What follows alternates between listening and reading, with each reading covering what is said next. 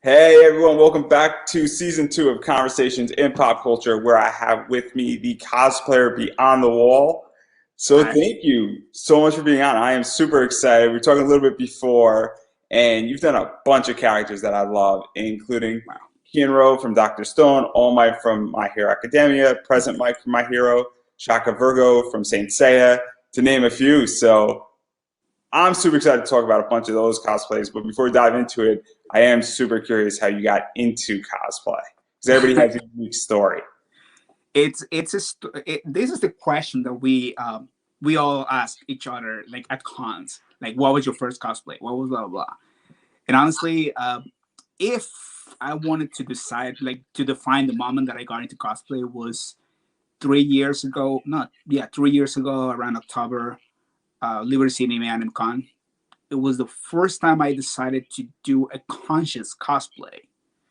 I made a present mic and went to a con without knowing a single person and without like all my friends only knew one or two animes that they watched when they were kids. So that was my whole anime world. I just put on the cosplay, went to Midtown Manhattan. I remember that when I walked in, I was like, "Holy shit! There's people also dressed here." I remember like I took a picture and I put it up on Instagram and was like, I have arrived. These are my people. And I tried to make friends right away. Like I started just like being like, hey, that's amazing. How do you, because I saw kids that they were like 15, 16-year old. And I know that that's something you don't talk to because like they're underage. But I was just like, I was impressed with the quality of the work. I'm like, I just made this. And it took me like a month. And you guys made that in like a week. And it looks insane. Like it looks like miles of what I could ever do. But yeah, no, that was the beginning of me, and I've actually remember like 4 or 5 years, no, like a little more, like 10 years ago, I I cosplayed Chico for a Halloween, but that's my first time ever consciously being a cosplayer.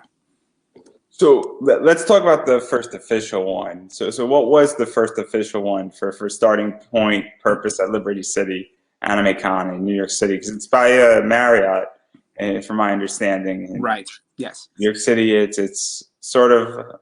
I'm actually not sure exactly where it is, but I know the idea of where the hotel is. It's a big hotel, and it's Right. a lot nicer than the Javits Center. Oh, yeah. Yeah, no, it's a well. It was not in the yeah, it was in the Marriott, but it was not the because it has changed 3 times. The first time I actually went to that, I think it was in the Marriott. Just a huge lobby, nothing big. Honestly, like I've been to Comic Con before, but just like 2 or 3 times, and it was just one day. I don't know what happened that day. I was just like like a month before that. I was like, I need to get into this thing. Something just clicked in my head. I had no idea what con was gonna be. I just knew it was gonna be a con soon, and I started making the cosplay. It was Present Mike, the original like I don't know if you have. I haven't posted one of those in a while. The actual like with the hair up and the chest piece. Uh, yeah, no, that was the first one that I can say was my first conscious cosplay or becoming attempt to becoming a cosplayer. So let's talk about how that one was built, because obviously President Mike's got the hair is up, he's got the chest piece, he's got the glasses, he's sort of got I think like a vest sort of thing, and very Right. much showman like, because that's kind of President Mike's entire thing. And My Hero has amazing costume designs. Oh, God, So yes. what was the inspiration for building this one? Because obviously there's a million characters in Oh My Hero God. Academia, and literally there's a character for everyone. Oh And yeah. No, insane. Hirokoshi, chef kiss. He is amazing creating such diverse style. Like that was one of the first things that caught my eye. How every single character, unlike any other show, if you change the herd around, you still know which parts belong to which. Which, god damn it, that guy can draw. But yeah, no. When I started watching My Hero Academia, I remember like thinking I have to cosplay. I think it was because I wanted to start a cosplay of a current show that I started watching Hero Academia. And I'm not a fan of usually the protagonist of the shows at all. Like that's kind of like my thing. I never click with them. Saint Seiya, like right away I click with Iki. I'm not sure how uh versed are you in the Saint Seiya. I go back to 85, so it's all good.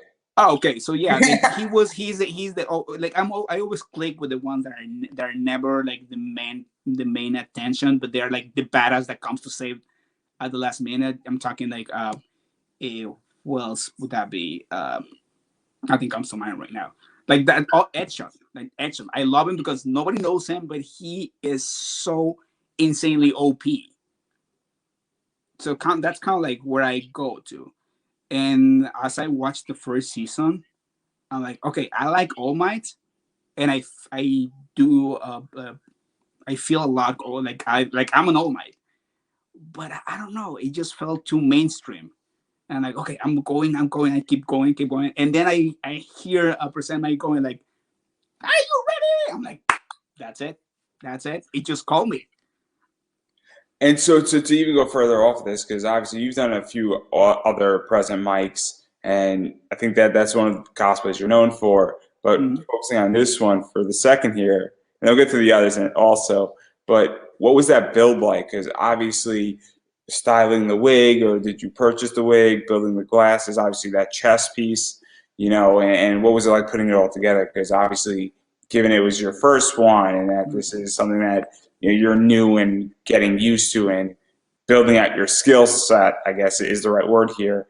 What was that entire build like? Because I would imagine that typically the first one for a lot of people is hard. Oh yeah, no, it was. I one thing that I've always done like growing up is actually just trying to figure out things by myself. I have a problem that I don't ask for help, so that kind of made me resourceful in many stuff. Because honestly, as I said, like I want to say Present Mike is my first cosplay, but I did before Koro Sensei, like 2 years before, just because I don't know why.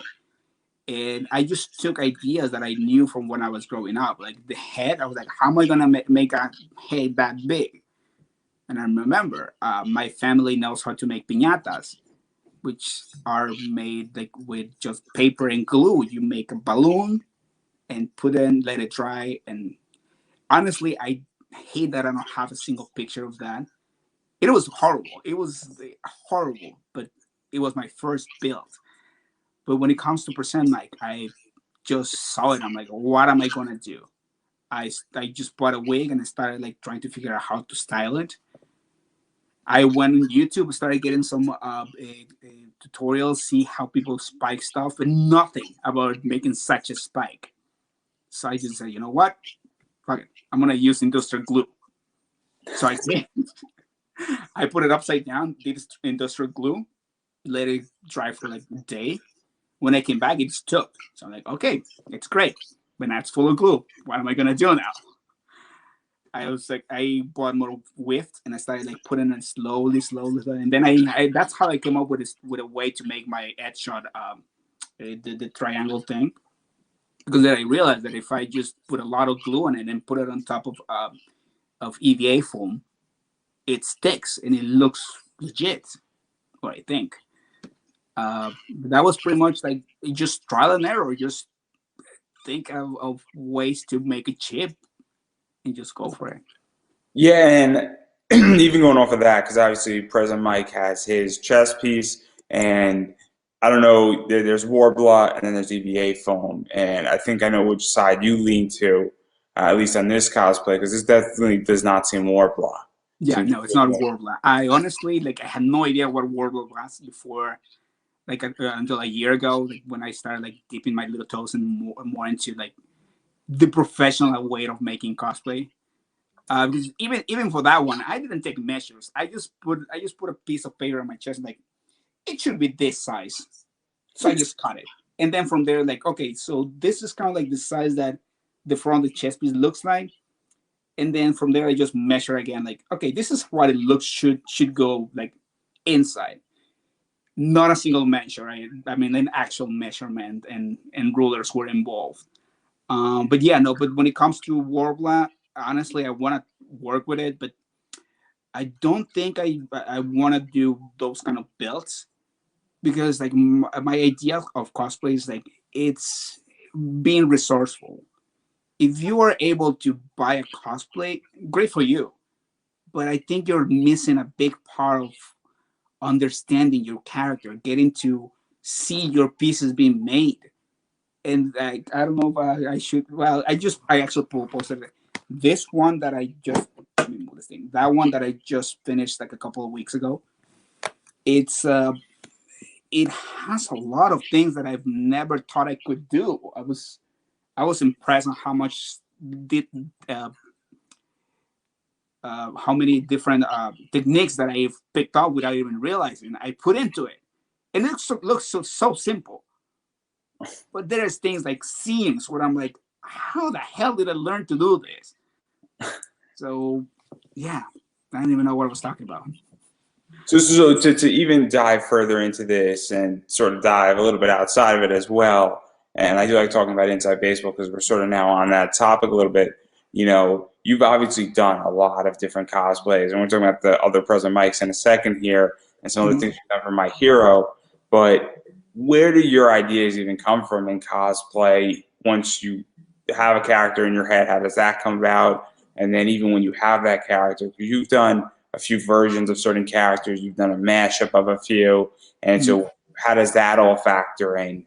Because it's super interesting. Because you could have done like 13 different present mics, and My Hero allows for a lot of creativity. In particular, that show, and obviously I'm a fan of that show, and I love it.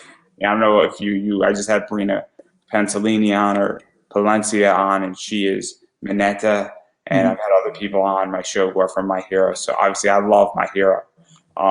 But obviously, where do ideas come to you from? Because I think it's super interesting. What is your inspiration when developing characters? Well, it's more on the fact that I do feel like I do feel like the characters themselves. Like when I put on my present mic, I completely like blend myself into it. People tell me that I become obnoxious to the point that it's like you have to take the wig off. Um, or when I go with the Joker, it's the same. Like I become too dark. Like my jokes get extremely dark, and I don't do it on purpose. But when it comes to the actual building themselves, it's just the how do I explain this part? Like it's just that I just need to. You need I to go just around and start looking for the right thing. Like I'm glad that I live in New York City, and New York City has a lot of fabric stores. So yeah, to talk about that because that's something that cosplayers have a really hard time with is figuring out what materials they're going to need, price management, which is the right, big one. Because hate to say this, cosplay can be expensive. oh, it's You so know, expensive as hell. working with certain materials, finding replacements. Your stateside and in the U.S., it's much easier right now to find supplies. The United States never really suffered supply issues as Right, far as cosplays between Michaels and a variety, Hobby Lobby, and there's about 15 other places that I could correct. think of that have materials that you could use. But I've interviewed people from Australia and the UK, and they've had issues, and because of COVID. And so, how Right. do you balance all of that? Because it's super interesting, it's fascinating, and I just know how quick a bill can add up. And Oh yeah, it's no, definitely. a challenge. Again, my thing is like, of course, I'm not made of money, so I will try to cut corners and cut costs as much as I can.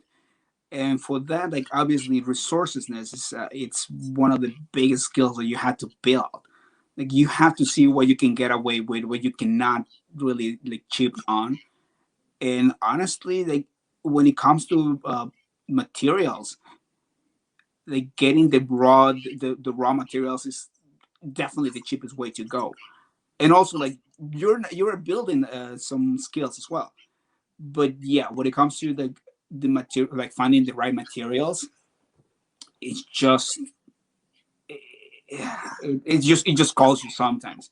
Sometimes you just want to like you want certain look, and you just go around. Like it's insane how much my even my Amazon account is like I put one thing in my cart and then the next thing it's for the same cosplay. But you were like, I believe that the algorithm is like, what the hell is it making?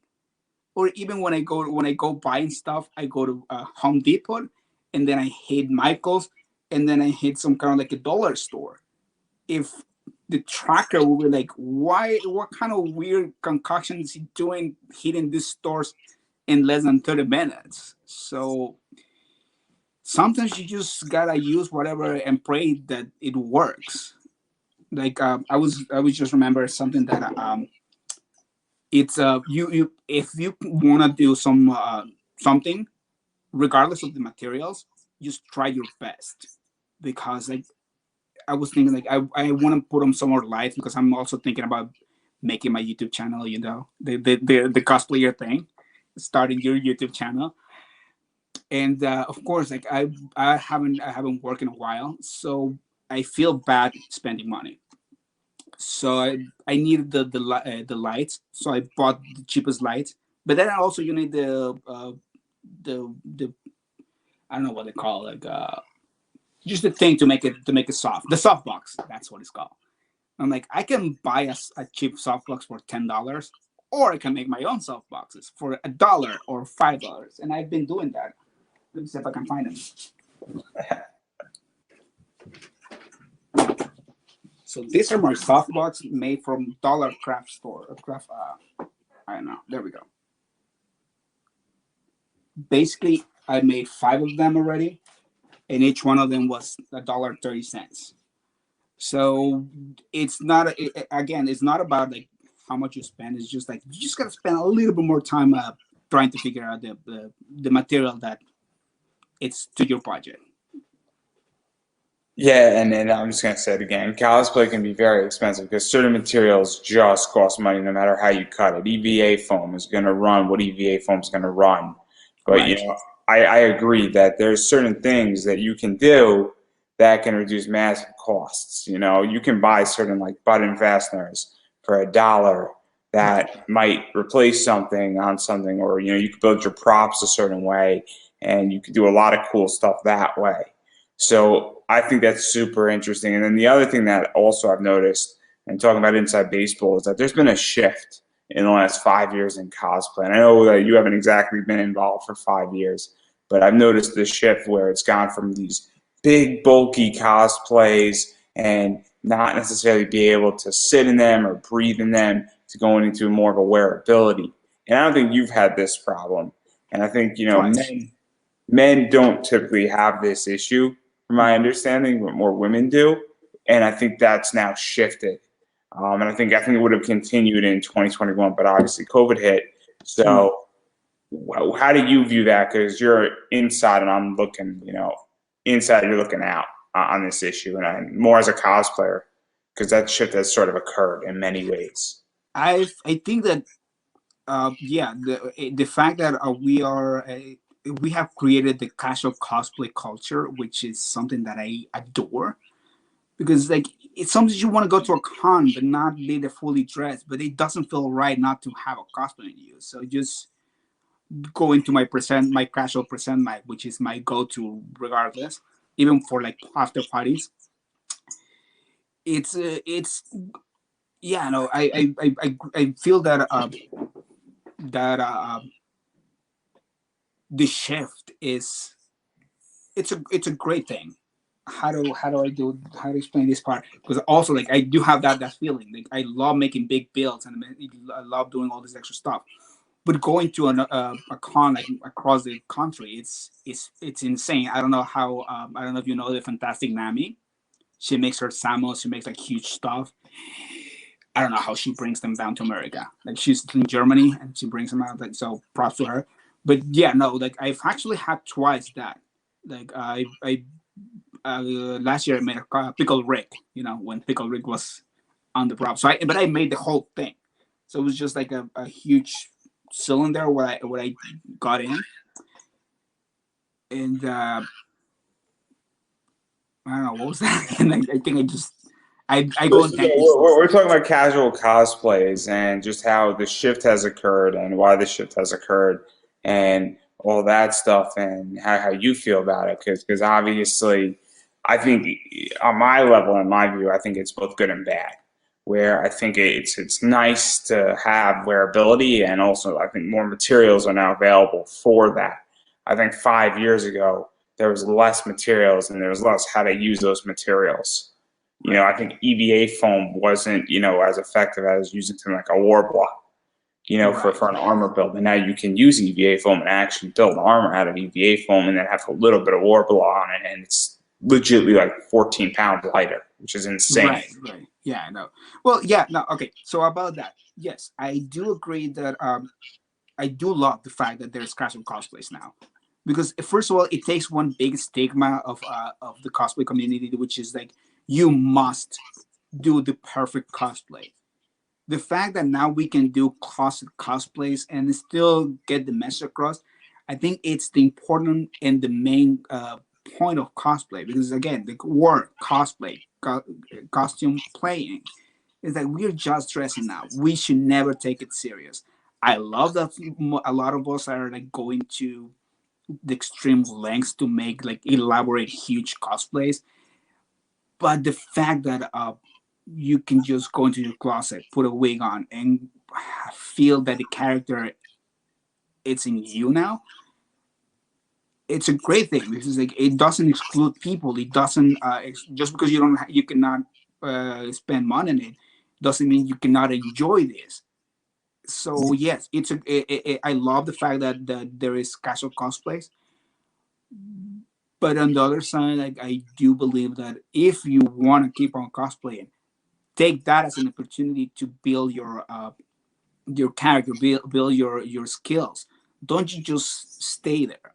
So I think it's a double-edged sword because sometimes you start cosplaying and you just leave it like that, which is great. Like that's how much you want to go. That's great. But Even to go off of that, because I think we just touched on something that is somewhat controversial, where I think that there is a division between what are known as the professional cosplayers and everybody else. And whether that division is good or bad, I think a lot of harm has come out of that. And I think that, even the professionals for the longest time were saying you have to be this character and it has to be pure. And I think now all the professionals have gone into this casual cosplay and these mashups, and that has helped to break down the door to the problem they created. And so I think they massively pivoted for a few reasons because some of these professionals wound up creating designs for cosplays and they sell them.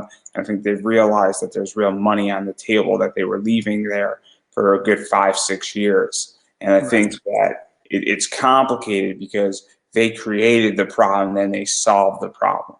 And if we actually look at cosplay culture and you go through people's Instagrams and you actually see what they were doing and now it's shifted, I think it's a good thing because I like to see mashups. I know you have a My Hero mashup. We're going to talk about it. yes, I promise. it was not my idea, honestly. It was just but we're yeah, going to get to it. I promise. We're going to get to it. I promise. Going to the divide that has been arose, and it's honestly, I'm actually glad that it happened because regardless of what you're doing, there's always going to be friction in groups in certain areas. Like if you put a group of people together, they will always disagree on something. And at least it's a good thing that this is the thing we're disagreeing on. Because then like then you will go into like the other stuff as in like, oh, this character is not your race, don't cosplay her, and things that I don't want to get into because it's too much of a problem to actually try to solve in a conversation like this. But yes, the fact that the divide that got created, I understand why they feel like they need to make that divide. It takes freaking hours to make a build that you're proud of, and it's huge. When then again you turn around and you see this of the person just putting on a wig and a shirt, and they also claim to be on your category, if you will. It does feel a little bit that you're getting Slighted. played. Exactly. Slighted. So yeah, no, I understand the sentiment. Do I like it? No, I do fight it because sometimes I feel that I see people doing the same cosplay that I did, and I feel like, okay, this person did it better. This person, I don't want to say did it worse, but they could have used a lot more work, or they could have used a lot more pointers. But yeah, no, I do believe that it's a good thing that there's a divide, but let's just not take it serious. Yeah, I think that, a lot of those people, especially the top of the mountain, I think they've lost. And I think they've taken an L in many ways. I think I've obviously interviewed everybody from every race, every size, every position possible in the cosplay community. And so I think that has significantly changed in the last 3 years, where I see everybody being played by everybody. Right. And I'm being very careful with my words. I'm trying to be very politically correct when I say this, but I've seen everything. And I think that those big people are taking the L, and that's why they pivoted. And I'm not saying it's perfect. Don't think I'm saying it's perfect. Don't say that I don't think it can improve upon. But I definitely think it's going in the right direction. And that's why we've seen this shift with mashups and a variety of casual cosplays. And having said all that, let's talk about your casual present Mike, because that's interesting. And I know you've done a bunch of other ones. And then also you have President Mike with the hair down, which is cool, and chilling out and more showman-like, more master of ceremonies, if you will. Right. So obviously, how did this come about? And what's the story behind this one? What is the build behind this one? Because I like this one also. Okay, so for that, honestly, like when decided to I was gonna go to Katsucon last 2 years ago, which didn't end up happen. I realized I cannot bring this big wig. It's not gonna travel. That's it. It's if I make it to DC, the wig won't. It's a fact. I'm really bad at taking care of my stuff. So one of the things that I've always done with my cosplays is make them tough for me, because I know that at cons people touch your stuff and they do stuff, but I'm the one who destroys my own cosplays most of the time. So I had to make them tough, and I knew it was not gonna travel. So I started seeing there was a lot of especially with the Jiro's cosplays in Hero Academia, that they would throw anything. Jiro looks great on anything, especially racks. So it's okay, there's a lot of cosplay, and I started realizing there's a lot of casual cosplays here and there. And then there was official art of Hirokoshi putting present Mike in a I think when he did I'm not sure if this is gonna be actually it's not a spoiler because it's a standalone episode. He goes to a jewelry to buy a ring, and he has just a ponytail and a red shirt. I'm like, that is official now. You can cosplay that now, and nobody can say it's not official. So there we go. So I just started thinking about it, and I had just recently gotten a 3D printer. So I'm like, I can just do a bolo tie for the little thing. I don't know if it's even noticed. Every time I make that cosplay, it has a little thing that is a mini chest piece. But yeah, that was kind of the whole thing about it. And so how was this received? Because obviously you're taking something and it's technically official, might be somewhat called out to some degree as being not official, but obviously it's also very casual, it's very transportable, it's My Hero Academia enough, is the way I'm going to describe it. And I don't mean to diminish it by any stretch of the imagination, but obviously it's a new interpretation on it. And so, right. Very cool. And then also, did you debut it at Katsucon? No, I think honestly I don't remember what I got it first, but the first time I actually got people realized, or I noticed that people knew what I was doing was FlameCon 2 years ago. Down in Brooklyn, right? Down in Brooklyn.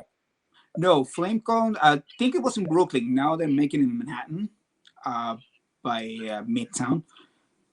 But I just I just went there because I got invited by a friend. A friend was like, "Oh, you guys, I just made this is after I made my first group of friends, which I'm kind of really close with now."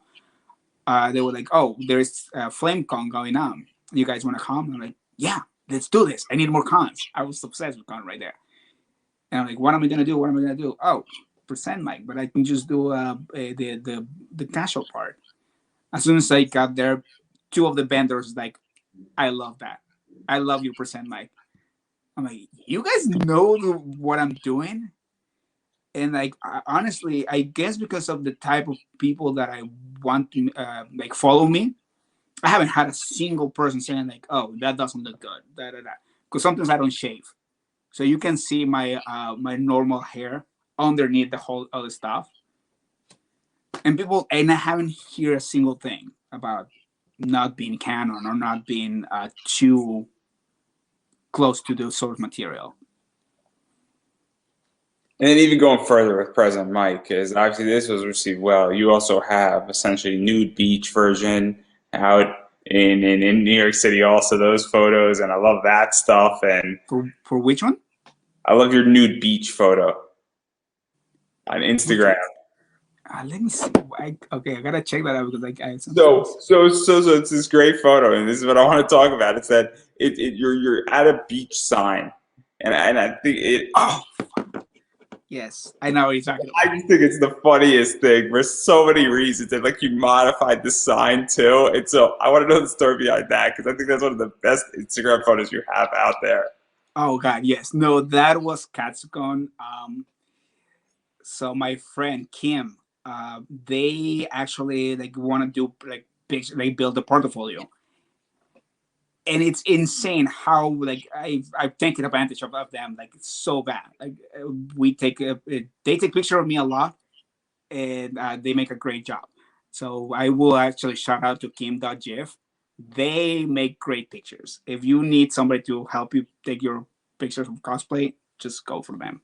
Uh, you can just like I always link them on my whenever I put up a picture of them. So this is like Katsucon day 4 last year. Well, not last year, 2 years ago. When the last time they happened, actually. No, yeah, that was last year. My first time going, and we are taking just pictures going around. We have another friend who cosplay Garo from Saitama, and as I said, like I get into the actual character to a point like I'm walking around. This is something I will never do. We're taking the picture by the water, and then this person like walks around and they are holding a just a skull. And I'm like, I need that skull right now. And the way I said it, like as percent Mike, they were like, here, just have it. So I took that picture. I keep going, and I don't know who. Oh, because we're trying to do like funny, for like just funny outtakes. So that's something I do. I don't take anything serious. So I try to just do stuff like that. And we saw that, and somebody said like, no diving on the land. You should like stop it. And I'm like, I'm gonna do one better. I just like wrote it down, like put it on the sign. So it's just my brain going crazy. Like I don't have a point where I think things before I do it. I just think it's a funny photo. I think it's funny because I think it references a lot of other things, and it can be taken in about 20 different directions. And I just think it's just one of the funniest photos I've seen. And I just saw it, I started laughing. So I wanted to highlight that. And now let's jump to President Mike's somewhat cousin here, and that's Gentle Criminal.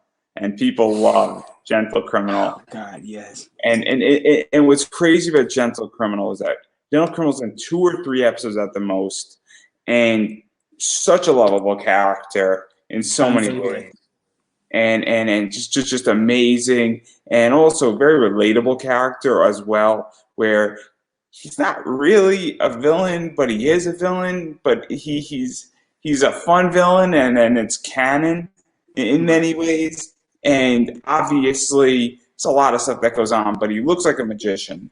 He's got the gloves, the arm guards. Obviously, you built his jacket, the collar, his shirt, and there's like a million other things, not to mention that his hair, his mustache, his beard, and it looks great. So what drew you to Gentle Criminal? Because I haven't seen that many people cosplay. Honestly, it's one of the cosplays that I did not pick. I felt that I needed to. Like as soon as I started reading, but because I at that point I started reading ahead on the manga, and as soon as I read his story, I it drew me so much. It's like this person is so real, so relatable, and he needs some sort of redemptions, and he just needs one win. I feel that that's kind of like my the sad part about his story. Like he only wants one win. That's it. That will make his life so much better. And the fact that I love underdogs, and the fact that he tries to be a bad person, but he can't. It's like you weren't born to be a hero, but society kept pushing you down. I think it's the same problem that Doga had. So not to feel a connection to this character is impossible. So yeah, the moment that I finish the story, I'm like, I need to. I just need to. Yeah, no, I absolutely loved it. And so, what was the build like? Because obviously, this build is not armor related. It's not, it has. I don't think he has any armor pieces for the most part, and it's a lot of fabric work. It's a lot of, glove work, I guess it is technically, and then also Mhm. like just the wig and even building the beard out and all that stuff. And obviously, I would call it a very finesse build, where it Right. takes a Yes. lot of little details and little positioning. We're going to talk about Saint Seiya, and those are more armor builds Oh and God, grand yes. builds. And this is obviously sort of the opposite side in many ways. Yeah. Also, at that point, I actually like started going for cosplays that are simple yet not relatable, but very easy to to discern. Like something that stands out a lot. So yeah, that uh, Gentle Criminal has such a unique extra styles. Like that huge thing on the back is you can see it a mile away, and the fact that his coat is purple and the mustache, that the whole hairdo is insane. Also, the fact that I can just uh, blend into it. The less you see on my face, the more I can blend into the character, and that's something that really attracts me when it comes to choosing what to cosplay next. But honestly, like making everything was not that hard. It's just one of those things that one little thing you just like do here, one little thing over there, but once you put it together, it looks like you actually did a good job, which I'm not good at. It's just smoke screen, honestly. Like there's not much to go into it. It's all 100% Hirokoshi making it look so hard to pull off when it's not. Yeah, no, I just think it's a very stark build. I think that it's very recognizable, and I think it's the character as well as just you copying the character in many ways and hitting what's necessary on that character. Right. I think it's an art in many ways to go do that. And speaking about characters that are recognizable, you also did All Might. And so there's two or three versions of All Might that you've done. And Mhm. obviously there is, Bomber Jacket All Might, which is his civilian younger All Might. And so Mhm. what was that like? Because obviously you got the spike wig, you got the jacket that he wears, and it's sort of a cool, casual All Might in many ways. You got some cool photos of you like Oh doing yeah. the I makeup think and I need more. For that, like honestly, so for that I was again like just trying to come up with versions. Also, first of all, trying to cut down on cost for cosplays. So like making a wig is one of the biggest part of most cosplays. So it's like you don't want to just use it for one cosplay. If you can, you want to squeeze it as much as you can. And after I saw the movie, I'm like, I need that jacket. So like, I need a jacket. And somebody sent me a link. I'm like, yeah, they're selling it on AliExpress super cheap. And like, I bought it. So I'm like, okay, what am I gonna do with the jacket? I can use it for a cosplay. So honestly, like, I already had the wig. I already had the wig. I own pants that I just green. And well, for the wig itself, like it, I think many of my senpais when it comes to that, like I took a lot of their videos and just saw how they did one thing there, and I thought, like honestly, again, like when it comes to making wigs, I have no idea what I'm doing. I just do, and if it looks good, great. If it doesn't, I'm gonna start over. I buy $10 wigs from Amazon, and I've ruined millions of them, but I think I've learned something. And then even just building on All Might, you also did him in the black, red, and gray version, which is also his younger style with, the teals in there and sort of his teal cape. And obviously, I'm imagining you used the same wig again, which probably helped dramatically because all of a sudden, it's one less thing you have to buy. And this is more almost like a bodysuit in many ways. Yeah, that's a bodysuit that I actually bought. Again, going back to the fact to what we talked before we went on. Yeah, if you want to buy your cosplay, good, because I bought it. Did I like how it looked when it came? No. So I actually did some upgrades. It's all about just making it the way you like it. So if you're okay with the way it came in, props to you. To go off of that though, because I am curious, there are advanced cosplays and there are also very, very basic. And I don't know how much this bodysuit costs, but obviously if somebody is, wanting to cosplay and, for $30, in order to build and dye and then do your bodysuit, you can't beat that price point on an All Might. Never. It's not possible. So that's one of those things where I say to people, and they ask me, and why people ask my advice, and I'm not a cosplayer, that's a grand question, is that obviously you're not going to be able to beat a bodysuit building, but building, your present Mike, there isn't an already built bodysuit of present Mike out there.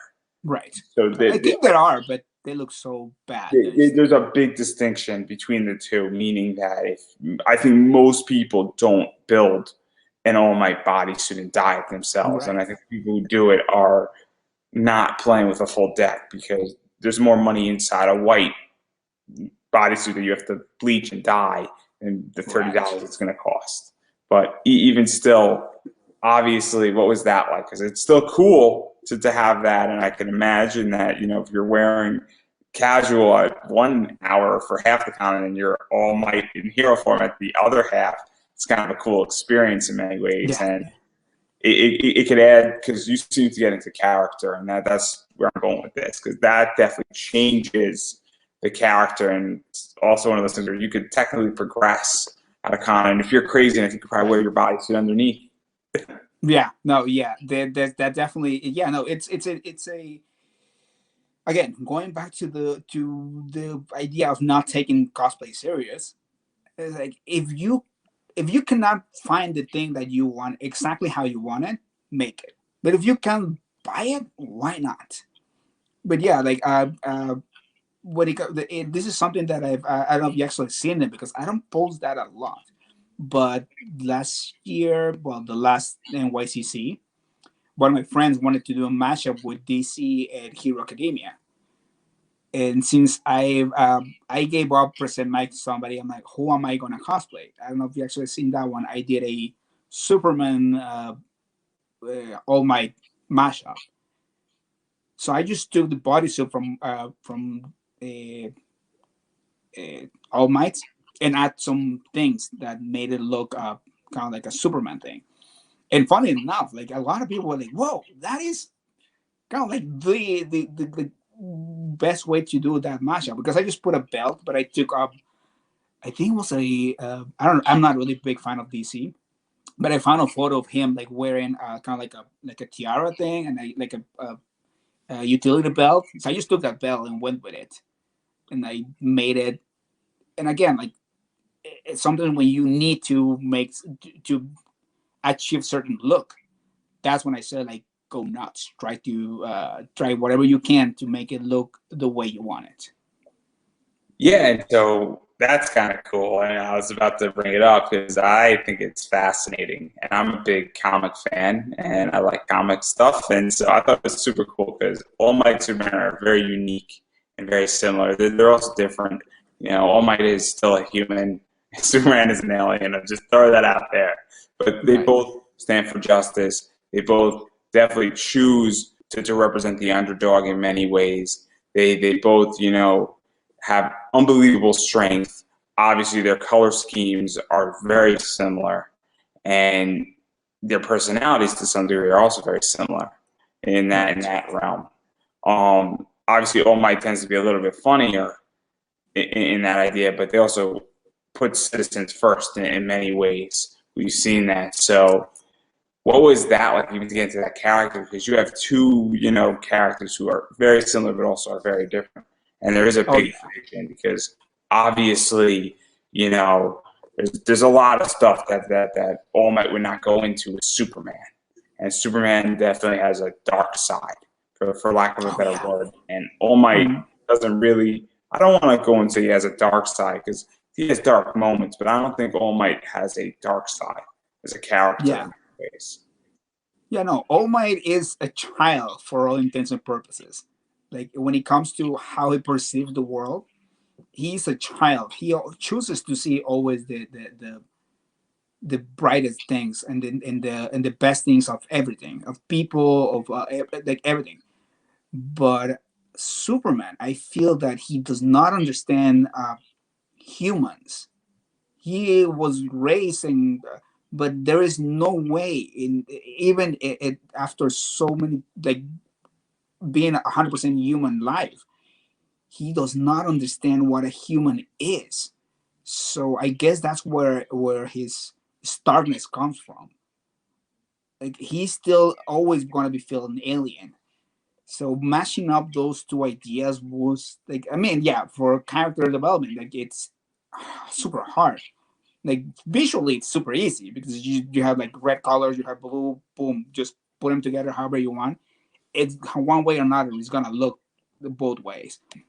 But mashing up the personality of these two super distinct approaches to see life, it was kind of hard. So at some point, I just decided to, you know what, I just gonna let it see what like when I encounter some DC cosplayers, they were like, "Oh, you're a Superman." I'm like, "No, I am All Might."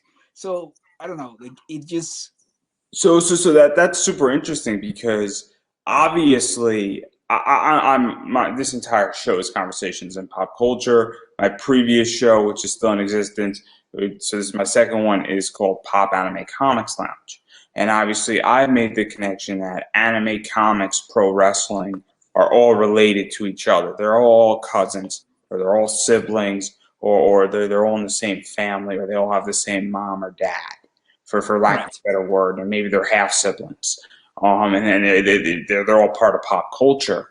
And so I have come to the conclusion that you know people who are into anime, it's an easy gateway. And so I'm super curious: was it viewed as a DC cosplay or was it viewed as an anime cosplay? Because those are different worlds, but they're similar, and everybody recognizes certain aspects of it. Where there's no way you couldn't recognize that there's a Japanese spin to it. You know, whether it Right. was still DC and Superman, that cosplay has a Japanese spin to it. But if you're viewing it from an anime world, you're going to view it one way as maybe 60% Japanese spin versus saying if you're viewing it from DC or the comic world, it's 60% comic. And so that is super interesting how that was received because different people are going to view it differently.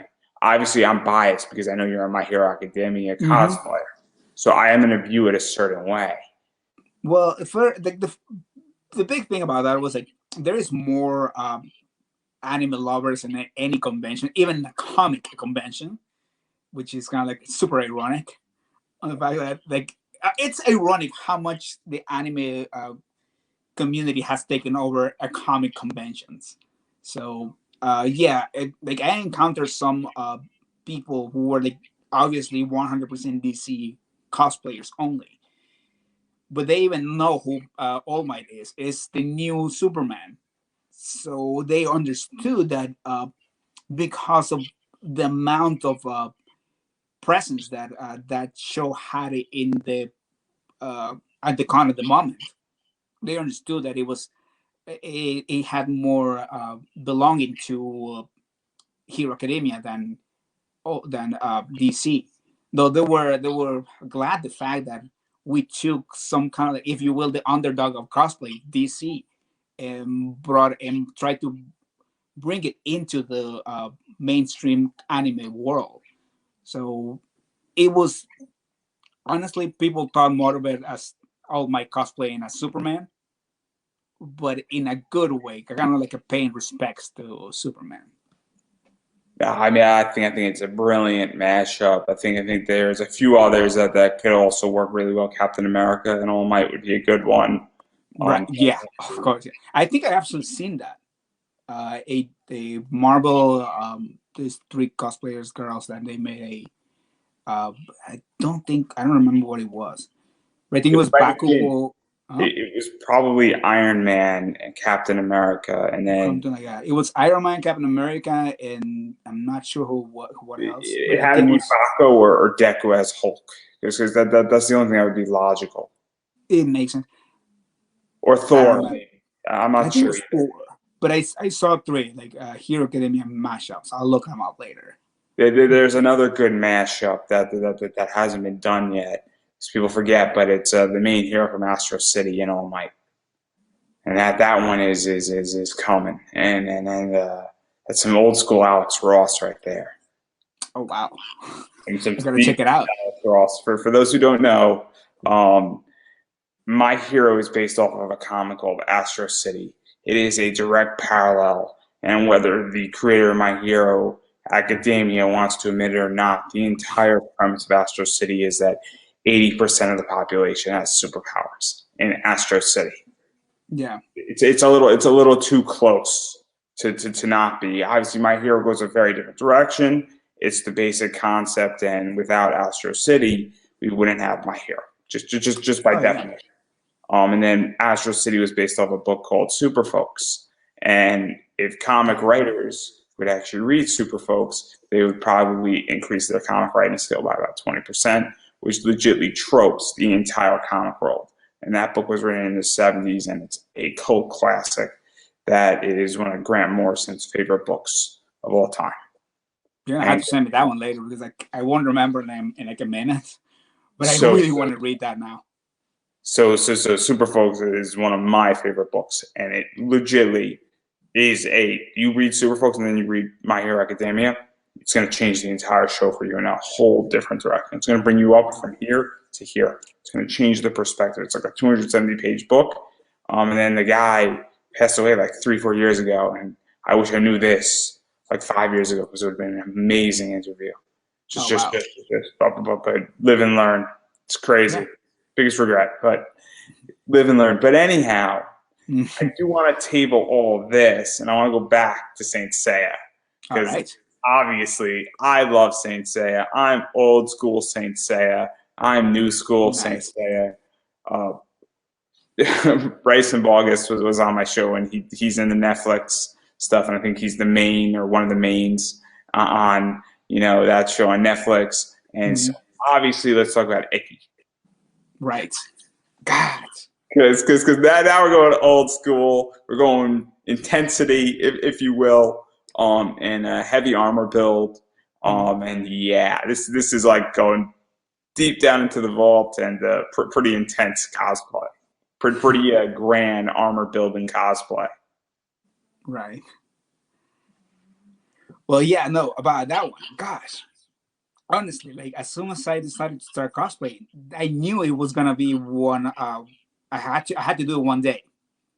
I spent at least 2 days like making longer, bigger the whole horns in the on the mask, and I think it was like a month that I took like building it. Not because it was too hard, but it's like I don't like this, so I will like start over again.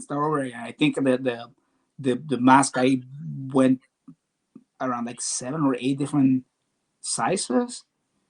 Like I will make it with some paper, and then I just like do the whole thing with just like really rigid paper, and I made like easily like 10 of those. So what was that like? Because obviously it has to fit. And I know it sounds like a crazy question, but like it actually has to fit. So what is that entire thing? Because you know it is if you're throwing on building, a jacket, it's a little bit easier, but like headgear is complicated in many ways because it actually has to work. Yeah. Well, it was just again trial and error, just doing one little thing, one little there. Um, as I said, like my trick to not waste any kind of resources, like I just buy paper, a lot, like one of those big sheets. I use like I've actually made the Shaka version of it completely out of paper, and then like I just transferred it into the EVA once I knew like I had the right sizes. Because kind of work, kind of didn't. But yeah, when it comes to the first time I ever did Iki, it was insane how much I hated the fact that this doesn't like bend properly. Doesn't look like in the screenshots that I have from the show. But then I realized like if you look one screenshot to the next, they don't even match either. So I just said, you know what, I'm gonna do my own version of it. There are some parts that I took from the Sensei Omega, and some parts that I took from the original version, which is my first that I like the most. Old school anime. Old school Big ones, old yes. school anime fan. I go back to the 1950s. I go to the Tezuka era. So I go deep. Oh, God, I know of it, but I've never actually. I go back to The Godfather. Wow. Yeah. So I go way back. Old school Tezuka Godfather days, man. Some Astro Boy, some Phoenix, some Blackjack, Princess Sapphire, all that good stuff. Yeah. All that good I'm stuff. glad that I watched it when I was a kid, because like honestly, like I just rewatched. It's completely on Netflix right now. Black and white Astro Boy. It. Watching Astro Boy fight the KKK. This is old school. No, it's true. It's in the opening in the 1950s. Black and white Astro Boy, or 1960s. It's Astro Boy's fighting the KKK. I think I remember seeing some fighting the Nazis. I don't know if he might have fought the Nazis too, but he also fought the Communist Party as well. So I mean, we're talking about like. It's kind of like the iconic a Captain America page when he's hitting Hitler. Astro Boy was America before America was America. That's how I describe it. So Astro Boy is the best of America. So anyhow, getting back to Icky. So okay, before we get canceled, because this is gonna go down bad if you keep going that rabbit hole. So getting back to Icky. Obviously, it's a very armor intense build. It's very much that is what it is. So, and this was, I think, your first experience with armor. So, what was this entire thing like? Because obviously, you're building the head, and he's got all that gear, and Icky's a big guy. He's muscular, and so Icky's intense in many ways. And obviously, you blended new school and old school into your version. And I'll be the first to say it. I don't think there's much of a character, dissonance that it can't be blended. The new school and the old school stuff. There's some stuff that obviously, I mean, because my understanding, and I've only seen half of the new stuff, is that they basically boiled down and rebuilt it up, but they didn't change a majority of the story or anything like that in the Netflix version, from what I understand. Oh yeah, no. Actually, I did the mashup from what's it called, Sensei Omega, which is a little bit closer because I've only seen one person doing the Netflix CGI version, which honestly those armors are insane, and I've only seen one person doing it, and it came out great. But yeah, no, here Iki, I think it's those three: Iki, what's it called, Dragon, and Cygnus. They don't change. Actually, Cygnus doesn't change at all throughout the whole show. Like there's only one change. They made his helmet into a tiara, and that's it. That's the only change he has had so far. And Iki is then, one of the ones. Yeah, yeah. Iki is one of the only ones who has like bare minimum. It's not like actual Seiya. He went from just a chest piece that covers one nipple to a full body armor with wings, which I'm glad, because then you cannot match that up at all. Or like Shun, that went from a full chest piece to just a little strip in the front. Which again, I want to do both. I want to do both actually. Um, but yeah, no, mashing out those little things, like there's some little details that do make sense in both builds, so I just put them on, and they gave him a little bit more character to the final product. But to do one or the other, it's almost impossible, because like it's really hard to remember what part went into that. Like even when it comes to the tiara itself, like there are parts where I'm like, okay, I didn't realize this was added after the fact, because I saw season 1, season 2, season 3 to like get screenshots so I can model my version to it. And I realized after a while, I'm like, okay, this is not part of this. And I haven't even realized that they add this little hole in there, or that the gem moved a little bit forward down. And that's, so I guess nobody noticed. It's not really that hard to get away with it. Do you also feel, though, that to some degree that when you're building this cosplay and a few others as well that have had remakes, that you have a little more creative license? Because I feel like with certain cosplays, just by nature, you have creative licensing. You know, I'll give an example, and I hate to pick on this character, but I feel like with Harley Mhm. Quinn, you don't have much creative licensing anymore with Harley Quinn. But with a Oh, character God. like with Deadpool, you can do whatever the fuck you want to do. And I think with this character also, you can also do a lot of things where you could, if you miss one or two things, but it overall looks like this character, you know, from either one of these things or a combination, you're going to get away with it because it's just the nature of the character. Oh, yeah, definitely. Yeah, no, yeah, it's really, I guess it's kind of like a blessing, because you get away with, I got away with a lot of things, because first of all, like it's not a well-known show, so people do remember. Like there's a lot of people who know this show but barely remembers. It's just like, oh yeah, he had two things here and it was yellow. I mean orange, I guess, but they don't remember that there was first two little indentations in here, but then after 3 seasons there were three. So it's, yeah, those things that definitely you can get away with.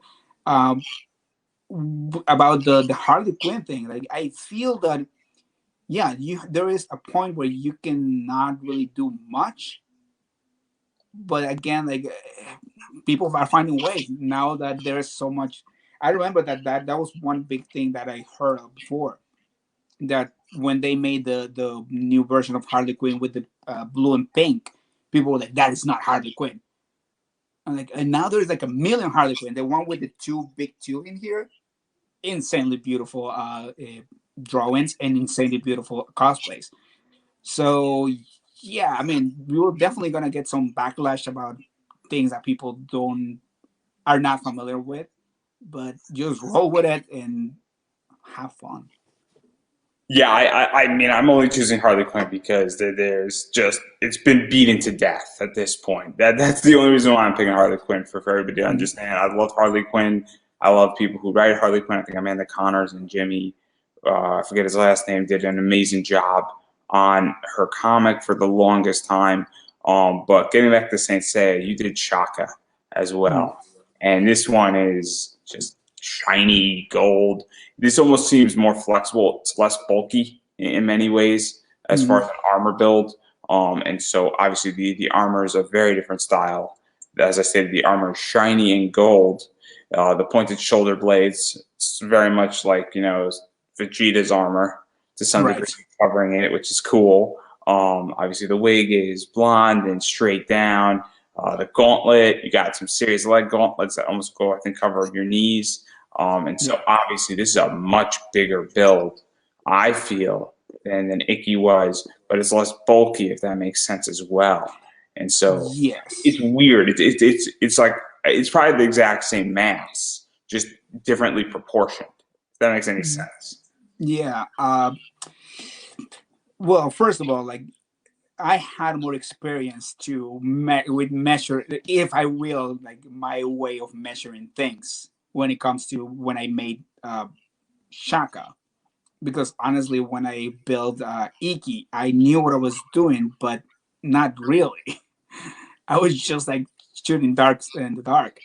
So yeah, it really didn't have like the proper proportions to my body, which I'm not really the most gracious, but at least I tried to make it look the best. But when it comes to making Shaka, I already had an idea how to even approach this build.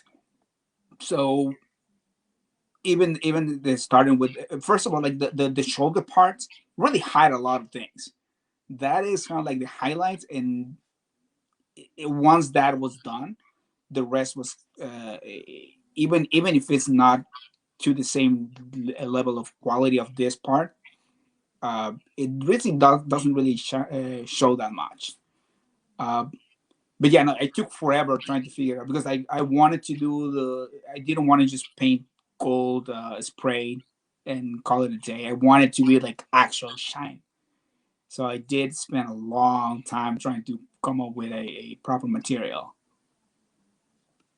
And obviously, I think it's great. And I also think it's great that it reflects light because I think it adds tremendousness to it, and I feel like it gives it a different vibe too, where it's Mhm. not just gold paint. We got reflective paint, we got that shine on it, we got that glow on it, and it also plays, I think, to this show as well because Shaka's armor actually does reflect light and it does shine and it adds to the entire thing. I think that people sort of remember color schemes in anime, and I'll be the first to say I don't exactly remember everything about Shaka, but I remember, oh, this character looks like this, and it adds to the overall appeal of the character. I'm like, okay, this character has a certain type of armor.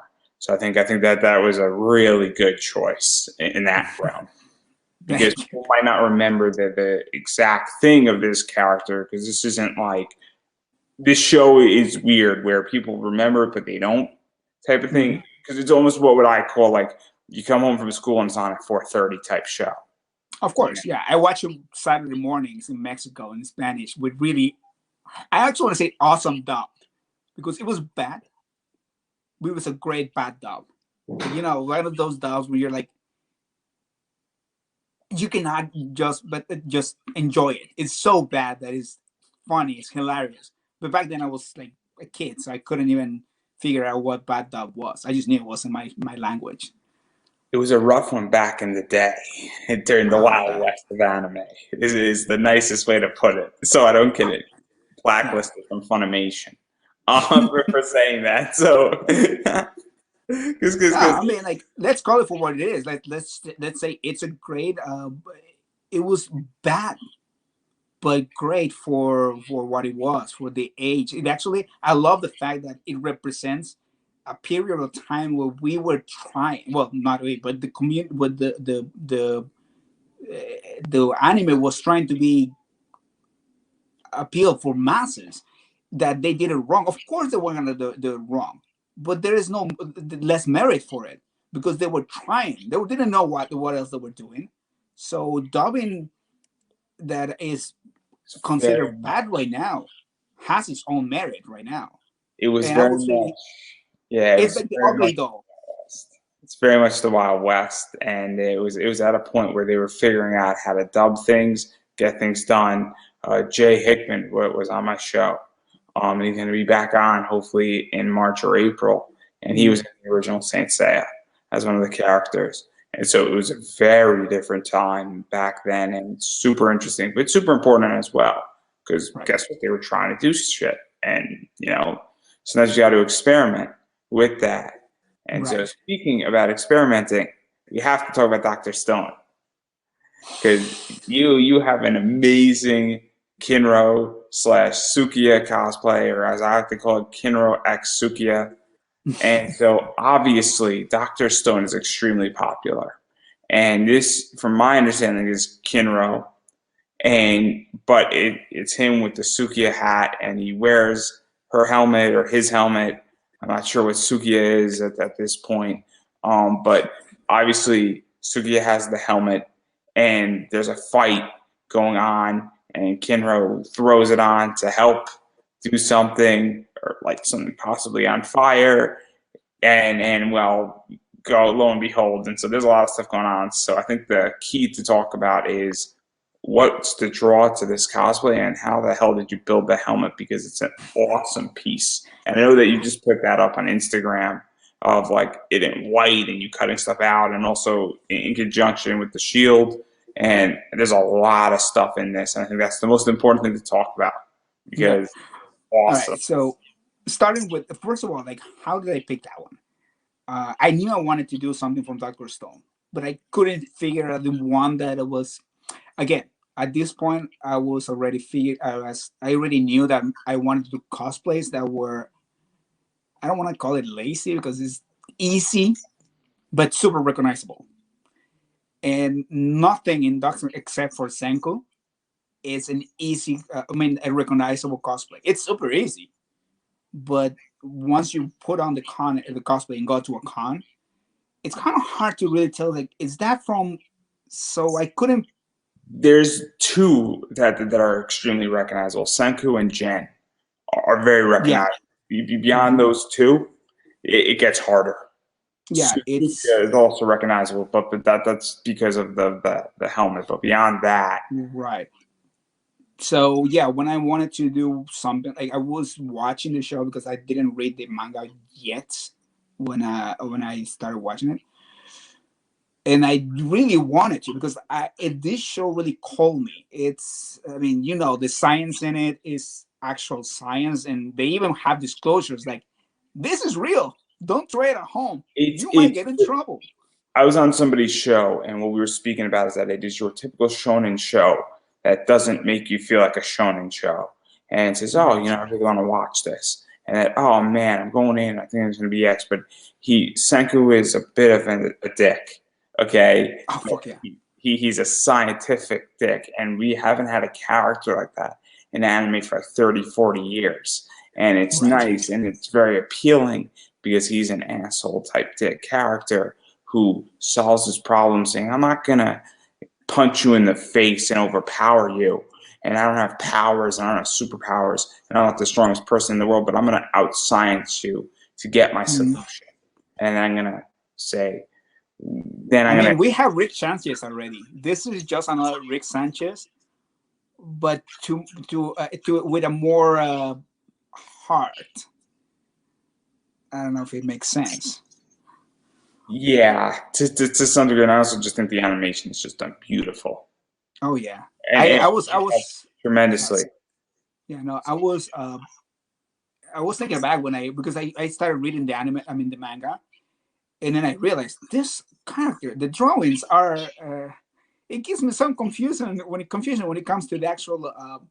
When I'm reading, I'm like, why am I getting aroused with this manga?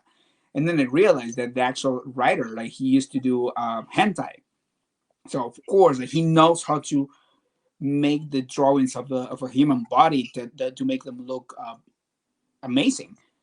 But the whole point of it is like, okay, so you have an amazing drawer, and then like he can combine that with such a great story that is not only like a great story, but it has a lot of relatable things, which is something that I guess happens a lot in hentai. Like, yeah, you're gonna have your fix of porn and tits, but a good part of actual hentai is like they have really great personal stories. So I think he took from that and he made every single character relatable. Again, going back to how to pick the cosplays, like, it was easy. I wanted to cosplay a lot of them, but none of them had the presence that I needed for a con. And I really love the Suika. I actually was obsessed with the little Suika a helmet. And then that episode came in when he's fighting Chrome. No, he's fighting Magmar. And they show that he also has the sickness, they call it fuzzy sickness, where he just cannot see properly, like, far away. And then, like, it just makes sense when he puts on the helmet, and then science basically like he gets science embedded into him, and then he becomes the better character. Like he becomes so much better because of science helping him.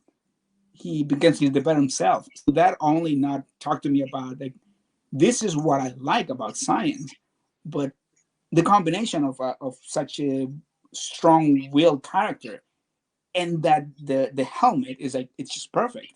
I hide my face because I like to hide my face.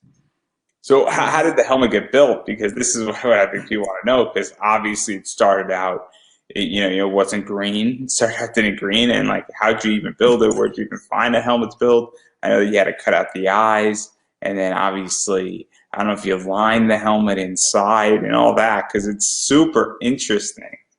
Actually, it's here. Like I keep it really close to me. Like this is my favorite helmet to date. So inside, it's the rest of the cosplay.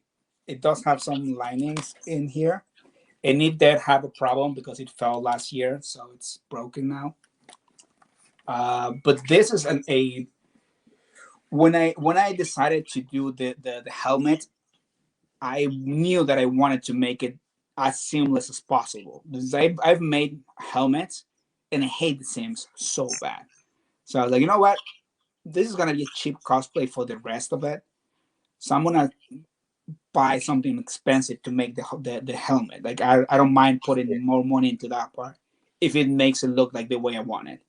So I spent almost a month trying to find what was it? A lampshades. Actually, that thing I bought like this. I don't know this way. This thing is a dead mouse head, which I bought. I don't know where I got it from, but it's foam inside. So I tried to find one of those. I don't know, but like, I think there's a story behind that that I cannot say for legal reasons about if it's real or not. But I couldn't find that thing. I think they're custom made. It's foam, and it so I tried to find that, and I couldn't. So the next best thing was to find a shade, and I remember that IKEA has those little balls of it does little lamps that are like round, but it was too small. Then finally, somebody sent me a link to Amazon to this lampshade that is the perfect size. So I think it was like 40, $50. I just bought it, and then I tried to figure out how am I gonna cut it. I tried going around like YouTube trying to find videos to cut vinyl, to cut stuff, and after a while, I just took the plunge. I'm like, you know what? I'm just gonna like go with the Dremel, with the rotary, with the actual. There's a common like a disc that cuts stuff. I'm not sure if it's an actual thing for cutting. So I just went with it, like, and it actually worked. Like, wow, that worked. It really like it was weird because after a while, it was like it started to melt it. So I'm like, okay, that worked. But after that, like once I made the holes, it was just super easy. It's just creativity. The eye things. I when I bought my Spider-Man costumes, I noticed that it was acrylic and they had some like the perforated thing. I don't know if you can see. They had the perforated things. I'm like, oh, that's easy. So I went to this acrylic store in downtown Manhattan. I bought the thinnest ones. And I'm like, do you have that double-sided thing that has holes? And I'm like, oh yeah, we have these things. Another dollar. So I made two of those, and somehow it actually like at the first try, I'm like, oh yeah, this works. So Yeah, so because I love the fact that so now obviously you cut it, you get the eye holes, you then have the black outline, you obviously paint it, and then you put those two things in it because obviously Sukiya's eyes are white, or the eye holes are white, and this is obviously a solution because you gotta see. Yeah, yes. It's this crazy little concept that we like to know where we're going, and Right. obviously this is probably the best solution to make it wearable. I guess I've tried to like I think I'm making sense here. Yeah, Please yeah, stop me. completely, Please yes. stop me the second I don't. So obviously, I think this is a compromise that's reasonable. So now you're able to see, but we also get that white visual effect. Right. And so I think that's really a nice touch because it makes it wearable. And so that's what I think is the true brilliance of this, is that you took a concept and you could have left it open. And I think if you left it open, it would have been perfectly fine because everybody would have had to say, oh, the person has to see.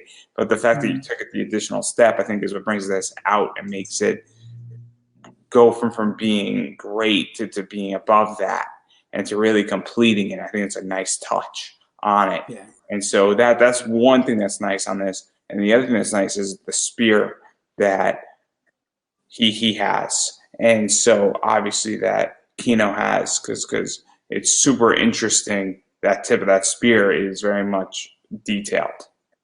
I think Yeah, no, my version was not that great, honestly. It's just something I threw up in the last minute because I knew that I could just get away with it, even if I didn't have it. Like but it was just the roll from because when I bought the actual fabric, they gave it to me in a roll. I'm like, oh, that's nice.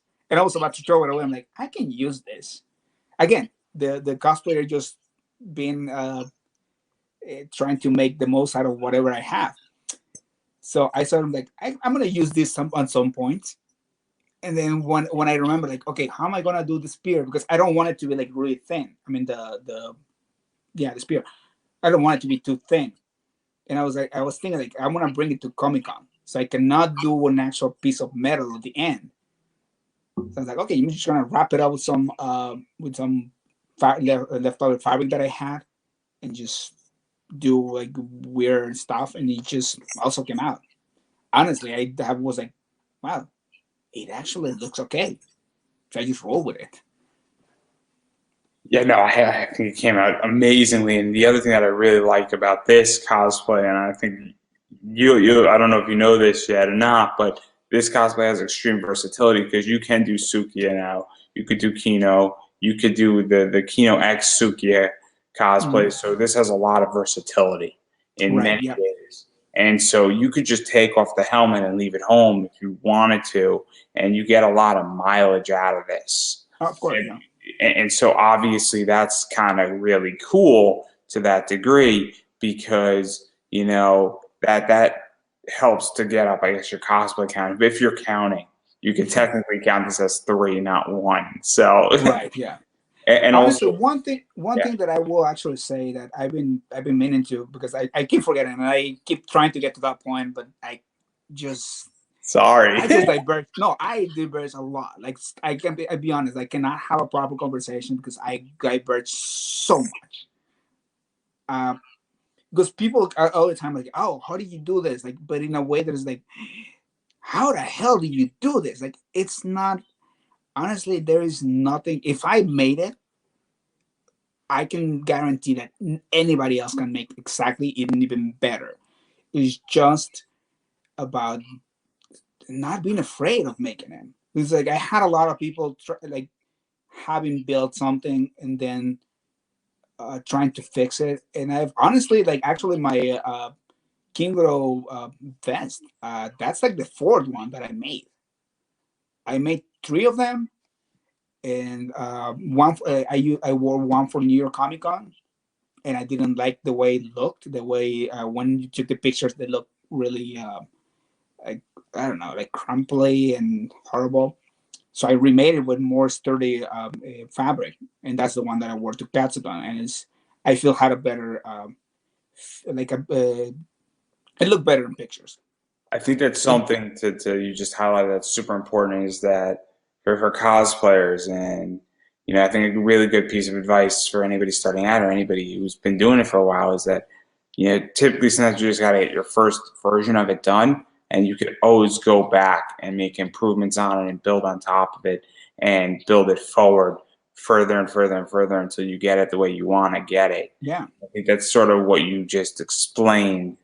That way where you had 4 vests, and now you're starting to get it the way you want it, or you have it the way you want it.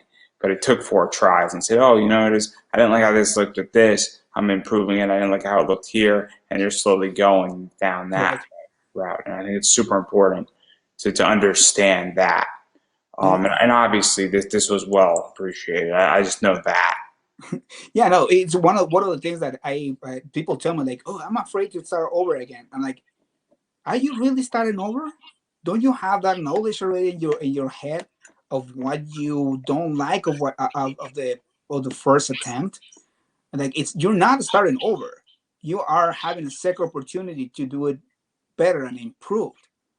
So that attitude is what I feel drives my cosplays to make them look as good as I can. Even those little details that nobody noticed, but I know that I noticed. I want to make them to my liking, and I'm not afraid to start over again. Well, redo them to get them to the where I want them to.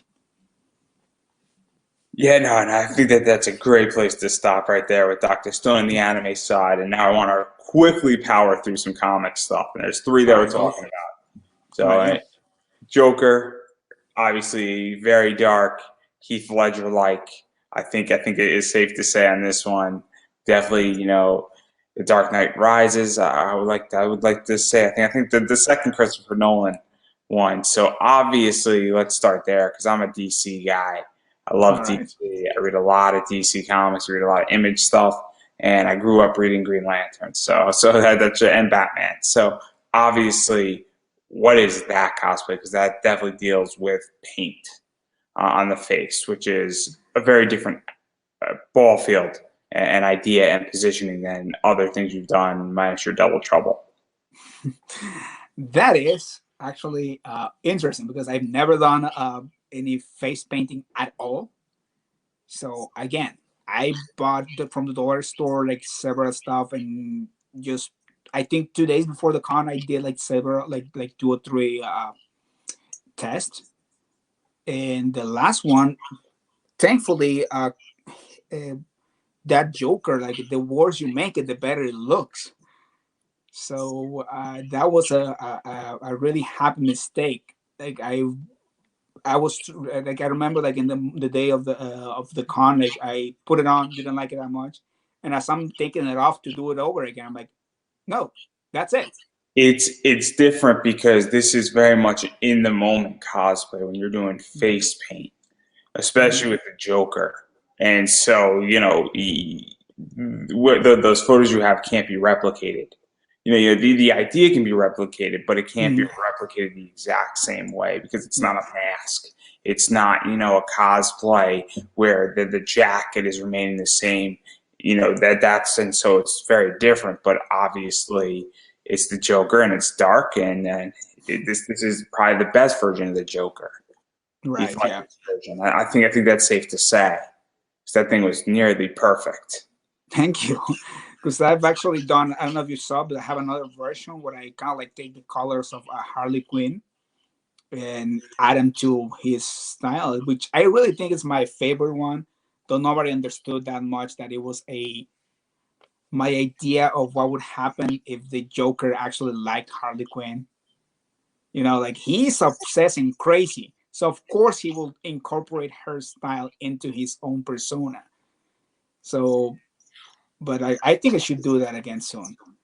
But yeah, no, like the Joker itself, like the makeup for him is it just does it itself. Like you will never be know when you're done. And then I agree in which that the Joker speaks for itself, and I recommend everybody check it out. And I'm going to give you an opportunity in a few seconds to promote yourself, but I do want to talk about Spider-Man too, because you got your Red Spider-Man and Miles Morales Mm. version, Black Spider-Man, and obviously Miles Morales is the Spider-Man for, I guess, I'm 28, and I think you're close to my generation. I think I'm older than you are for a long time. For a maybe because my morale is not my Spider-Man hero, if that makes any right, sense. yeah, I know people who are 12 and they know Miles Morales as their hero. And don't get me wrong, mm. I love Miles Morales, but Peter Parker, Tobey Maguire is my Spider-Man. Right. That's when I grew up. So Red Spider-Man is, My is Spider-Man is the Spider-Man of the memes. That's I'm just gonna put it right there. That Spider-Man, I saw it on TV. The Spider-Man where he's like pointing to each other. The Spider-Man, I don't know if you ever saw this. The Spider-Man that had a Iceman and I think it was Star. What's her name? He had two sidekicks. One of them was a Iceman, and this girl, I think, was a Starfire. I think I don't remember. And they I'm not. lived together in a flat in New York City. I don't know if you ever Oh saw man, this. this is way before my time. Oh yeah, but, this but was wild. But again, we got him in Mexico really late, so it's not that. so having said all that, obviously you've done both, the red version and the black version of Spider-Man. And Mm. so how did those two come about? Because obviously they're different Spider-Mans and they're cool though, and I like both of them. And obviously one's more traditional, one of them is more into the Spider-Verse style. So All right, so Morales, I think Morales really called me because like it's just a natural thing. On the first of all, I love that design. So the design of the whole suit, it feels more like me. But I've always wanted to do a full mask on cosplay. So when I started looking into it, like, which am I gonna do? I wanted to buy a Sentai, to be honest, just to make it, just to see how it feels. And the only one that felt right was Spider Man. So I did get my original Spider Man for I think it was, I think it's just the version for Homecoming. And, but yeah, no, I didn't do much though. I just switched uh, the eyes. I 3D printed the outside for the eyes, and I just saw how they did the original because those are Chinese $20 Sentai suits. So I just saw that they made the acrylic. They just bend it up a little bit and they just put that white perforated thing on top, and they call it a day. So I'm like, that's not that hard to do. Just heat up a little bit the acrylic, it's gonna melt, and that's it. So yeah, no, there was not much to it. I just needed something that was more mainstream, to be honest. I wanted to do something mainstream. nah, it makes sense. And obviously Spider-Man's Spider-Man, everybody knows Spider-Man. So Mhm. clearly, everybody loves Spider-Man. And it's hard to fuck up Spider-Man too. Yeah, It's really hard. unless your mask is not rightful, and then you look like your Spider-Man's a little bit you know mentally challenged. Then you could It be just El looks weird when Drunko. they're like too closed. Then you could be El Drunko Spider-Man. Oh God, yes. Oh well, that I am, even if it's normal. Mesh up. There's a wrestler called El Drunko, and mesh it up with Spider-Man, and you'll have a super interesting cosplay. Oh God, yeah, that would be too obnoxious for real life, to be honest.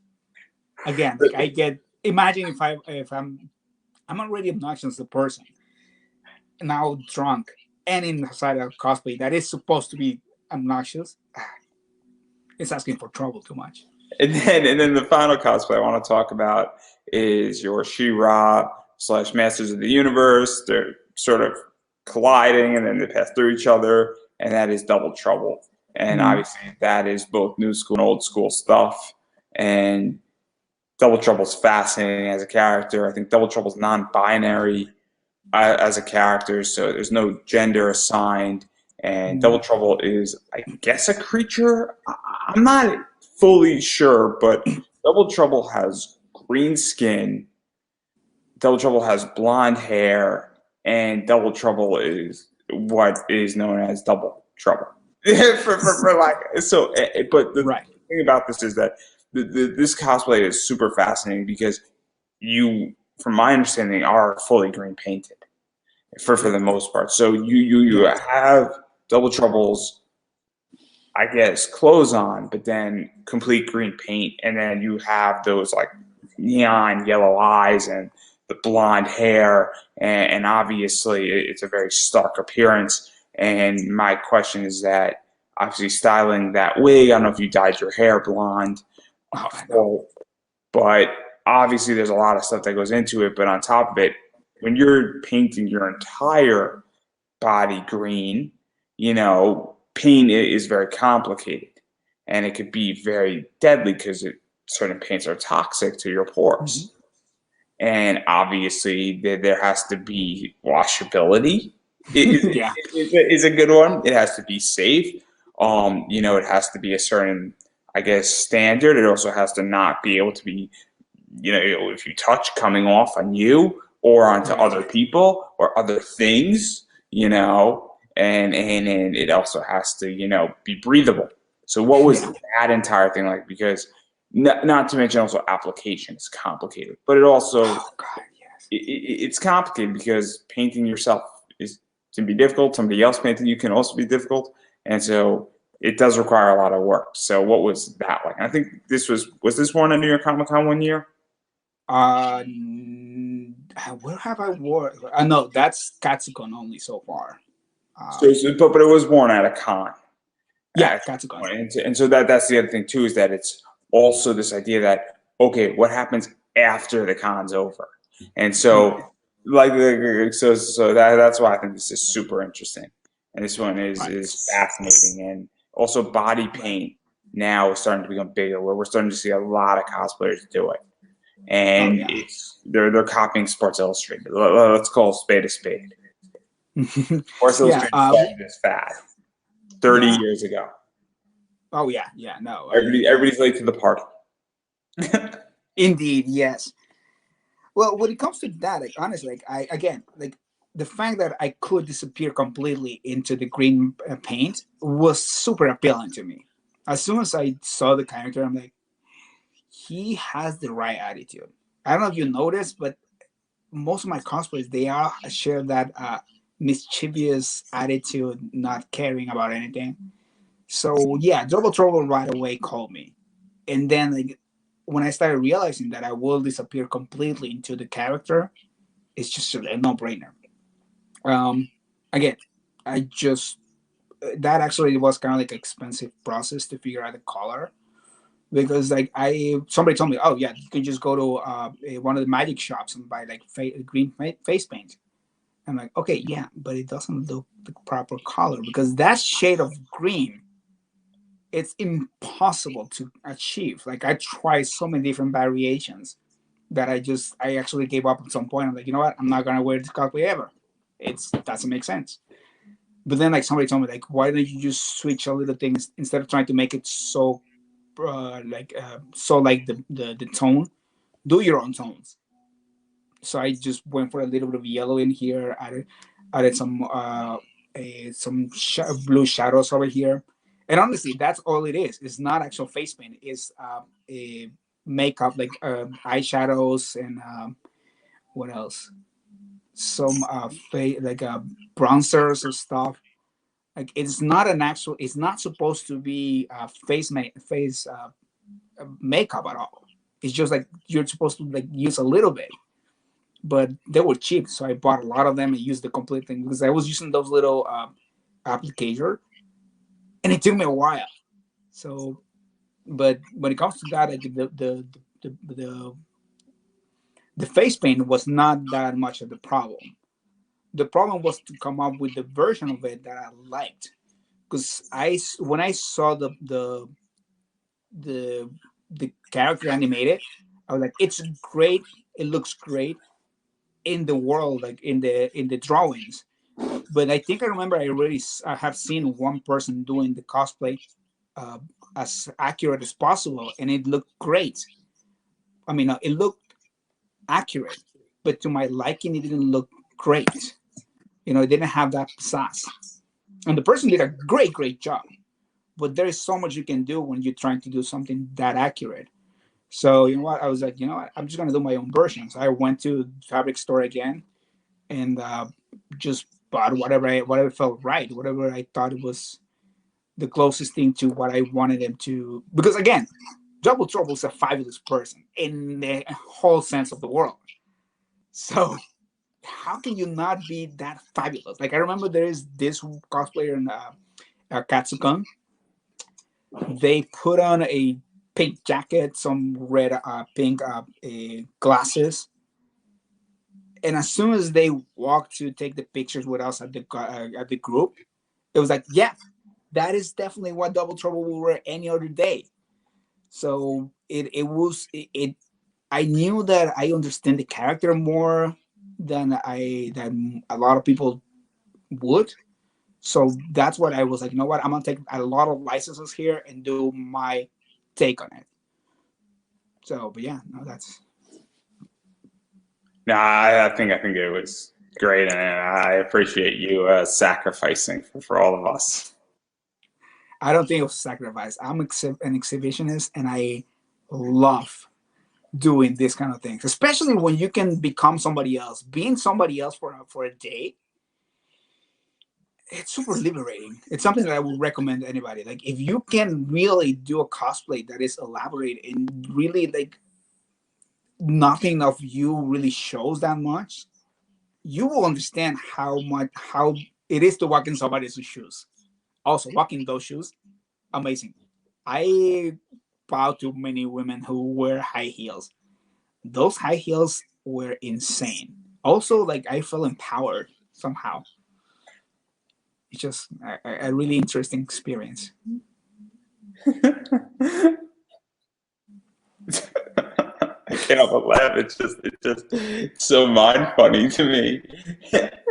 No, I think we're gonna stop right there with talking about cosplays because I do want to talk about COVID. Oh God! All right, go for it.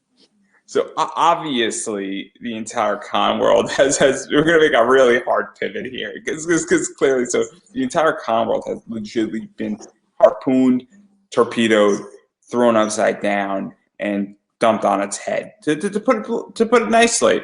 And it's been overturned. And I don't know if you saw, but I just saw that SakuraCon in Seattle just got canceled for April 2nd through the 4th. And I think that's the first big one that maybe wasn't so obvious. But obviously, Emerald City Comic Con in March got canceled, kicked off everything, and now that trend is continuing. Obviously, I think KatsuCon got canceled for 2021. I'm taking a gamble here when I say that, but I think it's relevant because DC is kicking up. I used to live in DC. I just moved out of DC about a month ago, so I'm well aware of what that environment looks like. And obviously San Diego didn't happen, New York Comic Con didn't happen. And so I am curious how you were affected because from March to now, no cons have happened, or the cons that have happened down in Florida or maybe out in Utah, which I don't think there are any cons in Utah. Yeah, 'Cause there was a couple in Florida actually last week, and there was one in Jersey last week, oh and wow, I'll be the first to say it, and I know it's controversial. And this is a wrestler's position on it, where some of these people really do need that money, and they're suffering, and they need to run a venue because they're not going to come back, and they're starving to do it, and they need to do it, and people need to work, and Otakon, which is a big con in DC, just said, hey, we don't have the money and we're planning for 2021. And if we don't run in 2021, there's a good chance we're not coming back. And I'm not particularly thrilled with Otakon. But they said, hey, you could donate to us here. But that's something that is very, very relevant.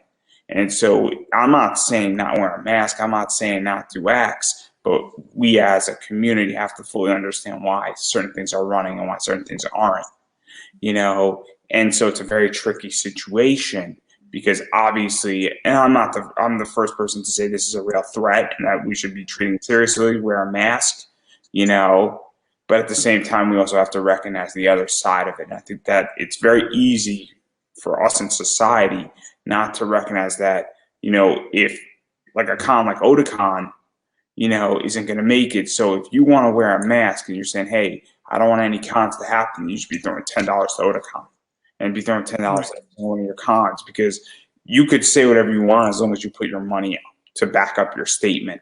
I just supported a fanless charity wrestling show that went to the wrestlers. I was watching it and I felt obligated to donate money to it. begin, I didn't donate a hell of a lot of money, but if everybody who was watching it donated $20, that would have been like 60 grand, which would have been split between about 100 wrestlers, which would have made a lot of money. Actually, it would have been more than that. Probably would have been about like 90 grand split between a bunch of other sponsors. So my point that I'm trying to make is that that's how I view this, is that clearly it's not black and white, this scenario. And that's my opinion. But I'm curious how you were affected by it, because obviously you seem to be, you're a con goer, and obviously you're cosplaying, and obviously you couldn't do that after March. Yeah. Well, definitely the fact that we lost the cons, it's a huge hit on our way of life. Like I know a lot of cosplayers only when I go see them in at the cons. Like I have many friends that I was looking forward to go see, and actually New York Comic Con. Like I've met people in Katsucon that we made plans to hang out at NYCC. So yeah, definitely there. The fact that I'm not, again, I feel that I've lost this my community. That is a big hit, even though they're still there. But it just the fact that we're not being present. It does have a mental toll, to be honest. But then again, like the fact that this is something that I've actually wrestled to how to say it before. Like I think I put an story I'll throw before. something out there that might help. So there's a concept where you need an off season. You need a time to recoup.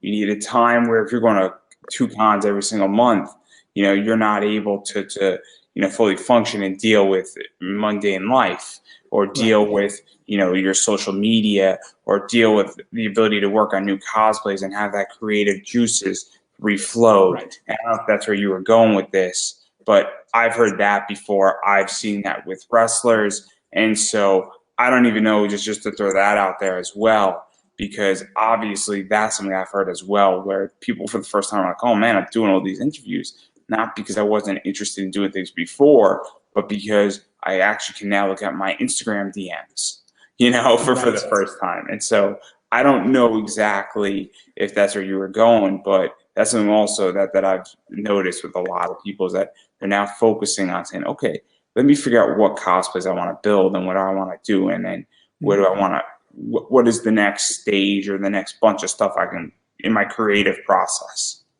Oh yeah, no, exactly. That actually was one of the points on it.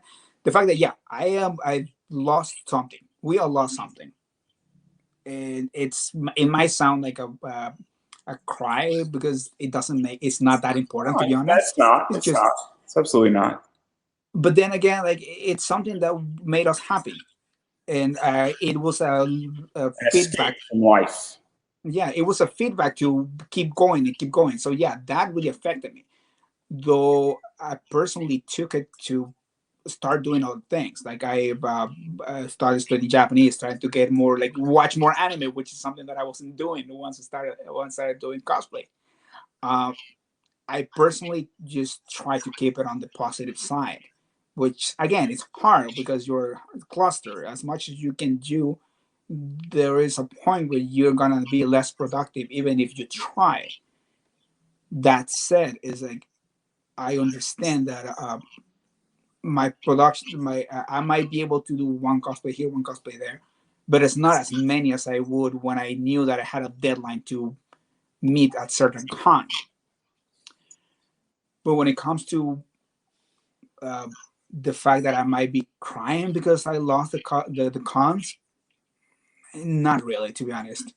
As I said, like this is what I was gonna say earlier. Like I put it up in one of my stories earlier. It basically came down to this. Yeah, people went to the to cons these 2 months. I believe that at least in the last con, there was somebody who tested positive at one of the vendors, and I know that from all the attendees, one or two are gonna feel like a little bit sick. They might have a cough, they might have a fever, but that's it. From what I will say, like a 2,000 people that attended the con, 10 or 20 are gonna come down under the weather at most, and that's great. They're not gonna be, they're gonna have enough problems. But the problem comes with a month from now or 2 months from now, my decision to go to a con and me infecting somebody else and that person somebody else will eventually make somebody sick that actually will die. And my decision of going to a con to have fun may not look as harmful, but the fact that I am like, you can trace back directly to me the death of a person, that's when I weigh my happiness versus somebody else's life, and I decide cons are not that important.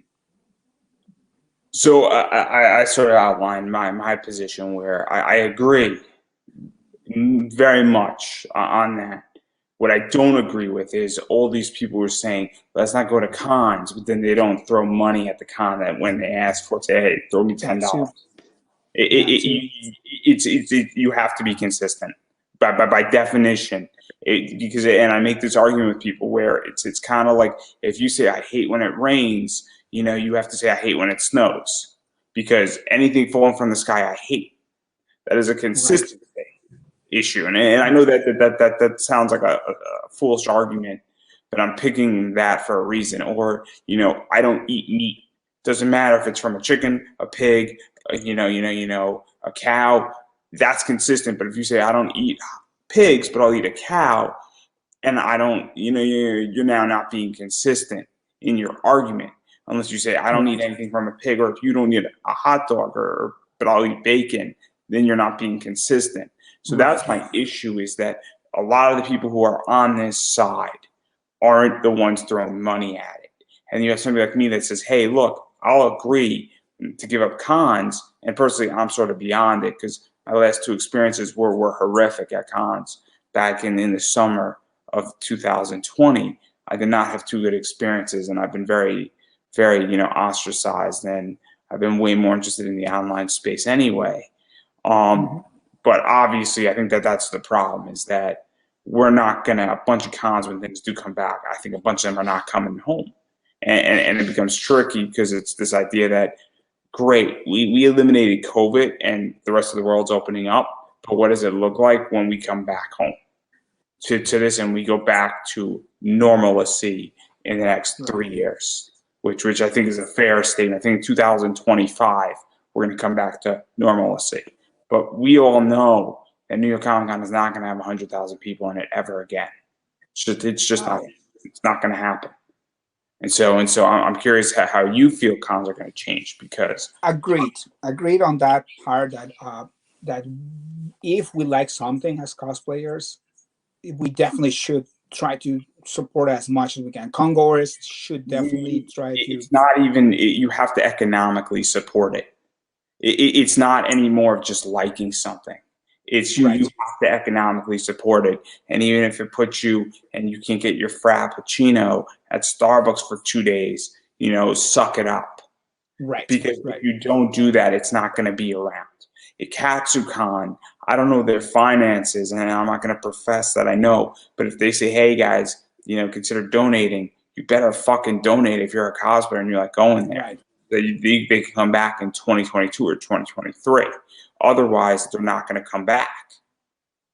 Yeah, no, definitely. I mean, despite the fact that this is a bigger conversation about the fact of how the economy treats how we see how the economy in the country actually works, to the point that something this small can destroy so much. It's a different story. But there's something that we cannot fix right now. What we can do is try to patch it, and those patches are right now: support as much as you can your fellow human beings. Forget about the actual con itself. Like, it's just a good thing to extend a hand. And if you can donate, if you can do anything that helps anybody get over the COVID situation, like I feel it's a moral obligation to do. Like, most of us that we don't have jobs, like, it's hard to ask, but I even feel this idea in which that, just to piggyback off of that, I'm interviewing a lot of people this year, and look, I interview big people, small people. I thoroughly enjoy it as a hobby. But one of the things is that during COVID, I started interviewing a lot of indie comic creators, people who had Kickstarters who needed that push. They needed that push before COVID. They need that push even more now. And same thing with a lot of indie wrestlers. In the middle of this, they need social media positioning, and a lot of cosplayers, especially people with less than 15,000 followers on Instagram. And one of the things, and we're going to get controversial, is that we have a lot of prominent leaders in the cosplay world, who have over a million, followers on Instagram. And a lot of those people, they don't have a legal obligation. They don't owe me jack shit. They don't owe you jack shit by definition. They don't even owe their fans jack shit, technically, if we're going to really get into the legality of it. But what they do owe, I feel, is that they have to lead, and they ought to step up. And some of them went home and took their ball home for 4 months, and they quoted mental health. And I'm not the guy, and I've said this publicly before, I'm not the guy to bash anybody if you have a mental health problem. I'm with you in the fight. I'm here for you, whether you politically disagree with me or not. There have been plenty of people who've had issues where we've disagreed on policy positions, and I've been very cordial to them, and they've been very cordial back to me. And I said, hey, man, when you come back, I'm looking forward to you coming back, and whatever you're dealing with, hopefully you're going to be fine with it. But when you have 5 million people following you, you can't take your ball home so quickly. I'm sorry, you're gone for 6 months, and then you come back, and because you're now a thought leader. And nobody filled that void when 2 or 3 of these people went home, and they took their 15 million people and they were releasing one thing a day when they should have been out there promoting harder and lifting people up and getting this community tighter. And I feel what happens, this is the result of that in many ways. What I'm doing and what a few other people are doing. And I just wish there was 10 of me more doing this, because I think it would unite the community much better, where that void is now shifted. But I think that's part of the problem also. And I'm hoping this is the impetus that more people like me are going to be doing this, because giving somebody like you an opportunity, super crucial. Right, thanks about that. I will disagree on one little thing though. That's fine. That's absolutely fine. I look forward to it. It's not a disagreement as in like disagree the point of view. I disagree on the fact that you say that they don't have a moral obligation or anything. We as individuals with our platforms, we created those platforms, those numbers, the followers. We saw though, we were actively looking for them. That means that we had a goal, whether it was financial, whether it was a clout, if you will. Every single follower that we get is a little more pressure to be proactive and to be responsible towards that community we're creating. So if you have 1,000 followers, you have a responsibility to those 1,000 followers to see for them. If you have 1 million followers, you have a huge responsibility there, because you saw it. You have a bigger responsibility because you can influence things. Exactly. I'll explain. I have 160 followers on Instagram. I cannot influence anything on Instagram, by definition. We'll drop her name because Jessica Nigeria has 4.2 million followers on Instagram. She can influence the cosplay community. She can shift it one way or another. If Katsucon did something horrific and they raised room rates by 500% and she got on Instagram, that will be influenced just by definition. And this isn't, if they come after me, that's just a fact. So before anybody attacks me in that position, I am stating a fact. You don't have influence, no offense, on Instagram, because you have 1,300 followers, right? Yeah. Somewhere around that, correct? Yeah. It's not a dig. It's the idea is that your level of responsibility is different than hers. Because of course. And I'm not bashing her. I'm not saying that she doesn't. All I'm saying is that there is a level of responsibility inherent to the amount of followers that you have actively trying to gain. Right. If you just landed on them, you cannot say that I wanted this. This is a job. that you wanted. This is a job that you spend years building up.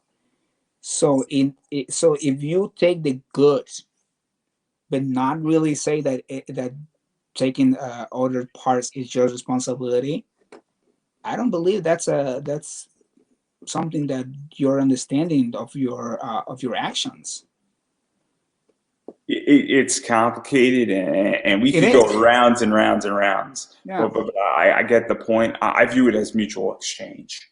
of Meaning course, that I subscribe to her, unfollow her on Instagram, and I'm getting something where I'm getting her notifications, and it's complicated. And that's why I say they don't know anybody anything, but the community becomes worse when you people aren't leading it. When the top Mhm. leaders don't lead their community, it becomes worse. I'm in the comic book investing world. You know, I like to clean up my shit, and I like to expel people. And me and a bunch of other people like to have expelling conversations on bad people on Kickstarter. I like to expel bad actors because Right, guess what? When we expel bad actors, we become better. When somebody messes up and fucks up a Kickstarter, they should be punished. They shouldn't be thrown in jail. They should be shamed to either fix it or never ever have a Kickstarter again or never have it backed. And their story right. should never get published. So I take a very free market approach to it. Mhm. But I do think that, you know, whatever this community comes into, and I think that that's one of the benefits of COVID, is in the small cosplay community, and I'm very much more active as a person who's, I guess, journalistic slash reporting on it, that I'm now starting to figure out that I think there's a lot more unity than there was 9 months ago, Oh 10 yeah, months, 10, 11 months ago, a year ago. And I don't think that a lot of those big people are fully understanding that there's a wave of change that's coming. And it's going to take, and if the momentum can continue, and without cons, that momentum is going to continue. I don't know how their Mhm. Patreons are doing. I don't know how their OnlyFans are doing, but I could tell for a fact that I think a wave of change is coming, and I think it's going to bite them in the ass. I really do. But for honest, like it will change, but not financially for them, I believe, because there will always be somebody outside of the community that they will see inside and will the financially will be okay. Personally, I feel like as I talk to a lot of my fellow cosplayers, especially females that are young and starting, that they start to get hate. Most of the time, it's like as I tell them, like see who you are, who your target is, and who to value. Like if Who's you hear also somebody, hating you? Who's hating you as well? Because one of the things that people don't understand is that sometimes big cosplayers are behind small cosplayers getting hated, and it's because they feel threatened. yeah, I've heard stories. I'm not going to say whom. I'm of not going to course, say yeah, who told me, but I know stories, and that just is what it is, and hmm it's complicated and it is political, and so I don't know who your friends are and who you speak to, but I just know that certain people feel very threatened and they're very vulnerable, and they yeah. might be at the top of their game on looking like it, but they're very much not. So I'm just saying that hate isn't just hate anymore in this Yeah, no, community. I'm not it's a indeed, cosplayer. I'm not a and cosplayer. that's kind of like, and that's kind of like things that the cosplay community does have. Like the cosplay community itself, there is a lot of union, and if you're a cosplayer, personally, I will take your word for many things. If you are just a fan, that's the person that the people that I'm worried about. Like I don't, and that's what I tell these Hey, other I'm people just a because fan. I think your cosplay sucks. I'm just letting you know. of course, Too easy. I'm not Continue. saying honestly. If I heard that, I'm not gonna deny that for one reason, because I am not. I am aware of the things that I do wrong, and I am aware. And if you It call was them out, too easy. You gave me a free pass on that one. it's Continue, please. and that is the thing. Yes, it is 100% a great that you say something like that, but I'm not denying the fault, but I'm also not saying that I will feel bad for doing a bad job. because So, it's a job that we. when you were saying about the fans, that's when you get concerned. Because Yes. Okay. you gave me a free pass on that one. It was just too Yeah. easy. No. I hear you. I hear you. I hear. No. I'm just piggybacking on that. Like that. It's just because I made a crappy job doesn't mean I didn't enjoy it. And I think that's the whole point of it. I enjoyed it. I don't care if anybody else appreciate it. I mean, I do, think but to get what I hear is that there's two types of people. There's people who are in the community, people who really appreciate cosplay. Like I appreciate cosplay. I have never supported an OnlyFans cosplay because I don't feel like spending my money on that. There's a million things that I'd spend my money on, and I would much rather buy comics like Kickstarter. right. But there are people who find Jessica Nigerian, and again, we're picking on her because she's an easy target to get the point across. Um, Mhm. it's that they say, oh, she's attractive, she has all the right things in all the right places, and I like looking at her, and I like looking at her every month, and in my bedroom, and the lights are out.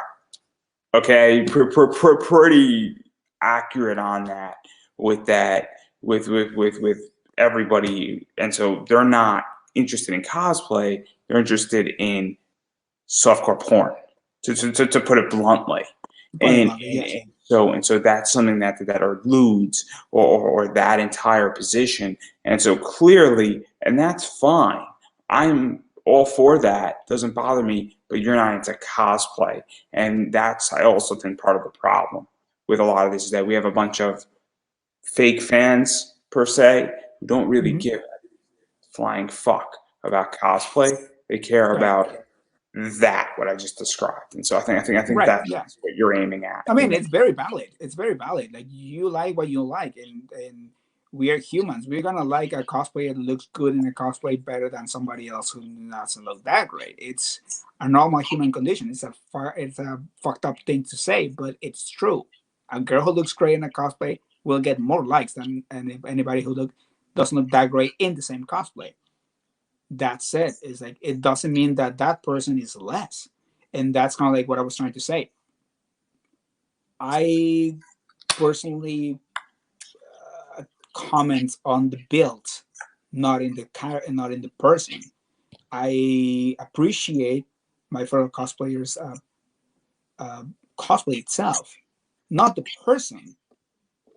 So, and that's kind of like the point that I keep always telling these new cosplayers that are getting hate. It's like, see who is getting you the hate and take it for that value. If I tell you that you did great on this part and this part, I feel that my opinion should carry more weight than the person who's like, you sucked.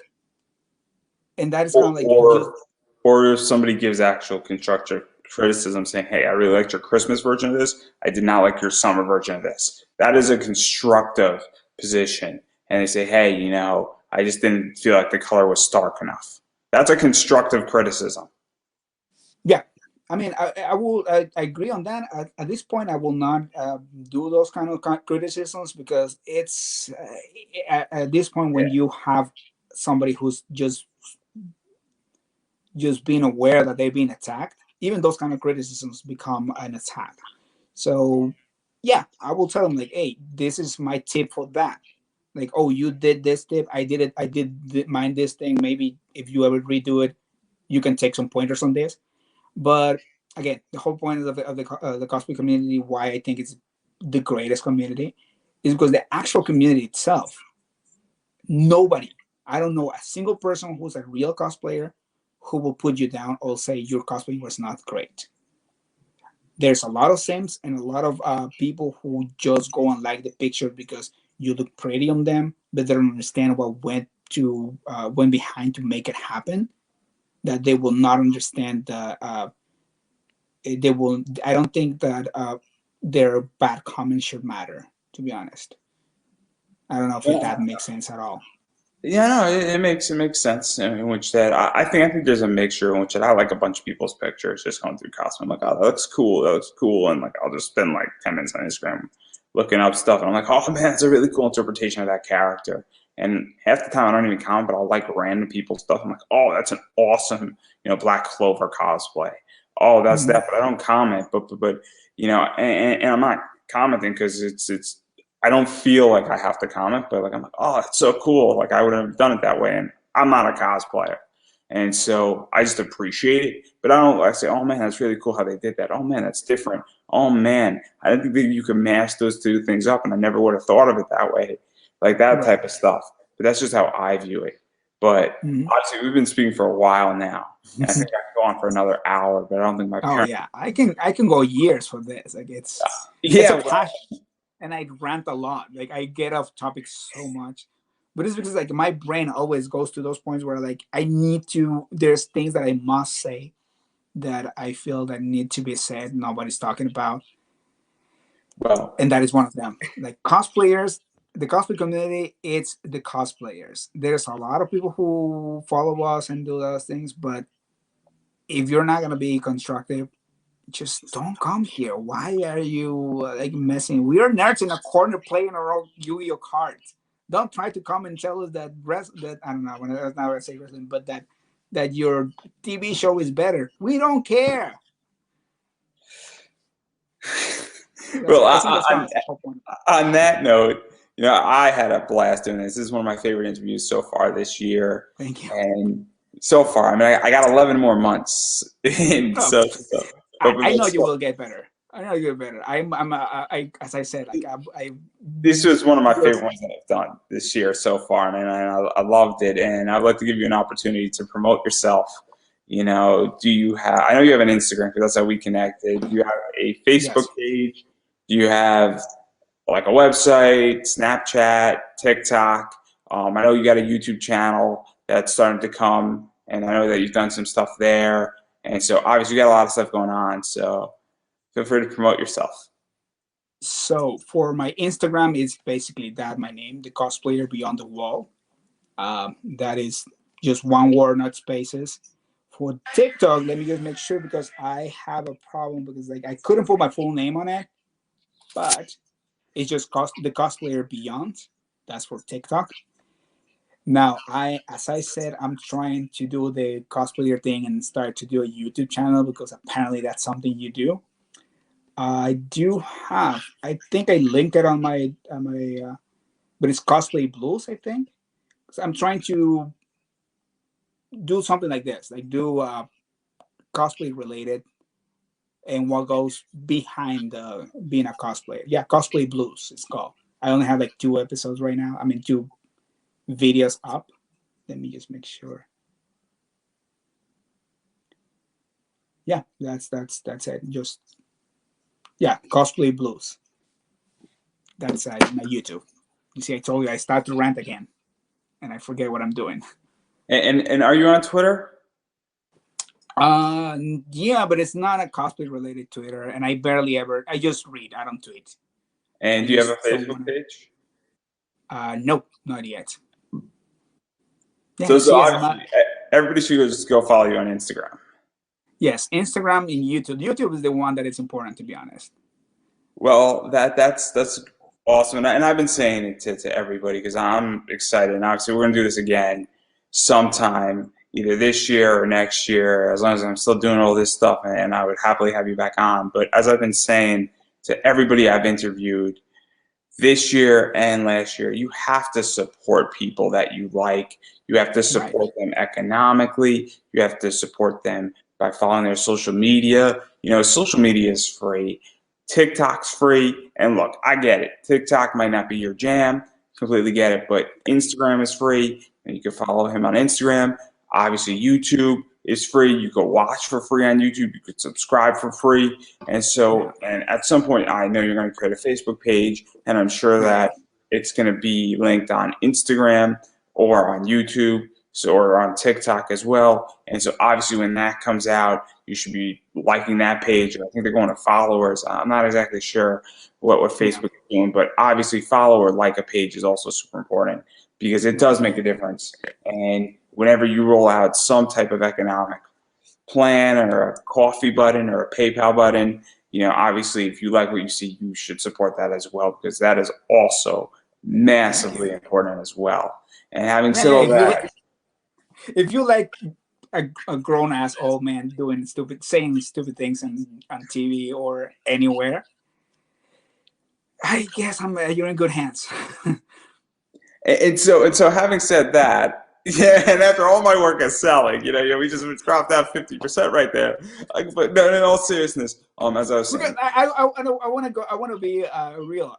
This is my disclaimer. This is what I'm giving you. I'm gonna give you fun, dumb, unadulterated, and extremely cringy, but fun. And if you're okay with that, come over. and now I'm going to give you the final word so you can top yourself once again. And no, we are not YDNB. Young, Wait, dumb, what? and broke. We're not YDMB. Young, dumb, and broke. Yes. But I'm going to give you the final word. I got nothing else to add. That should have been just the peace out. And on that note, it's a wrap. It's a wrap. Thank you.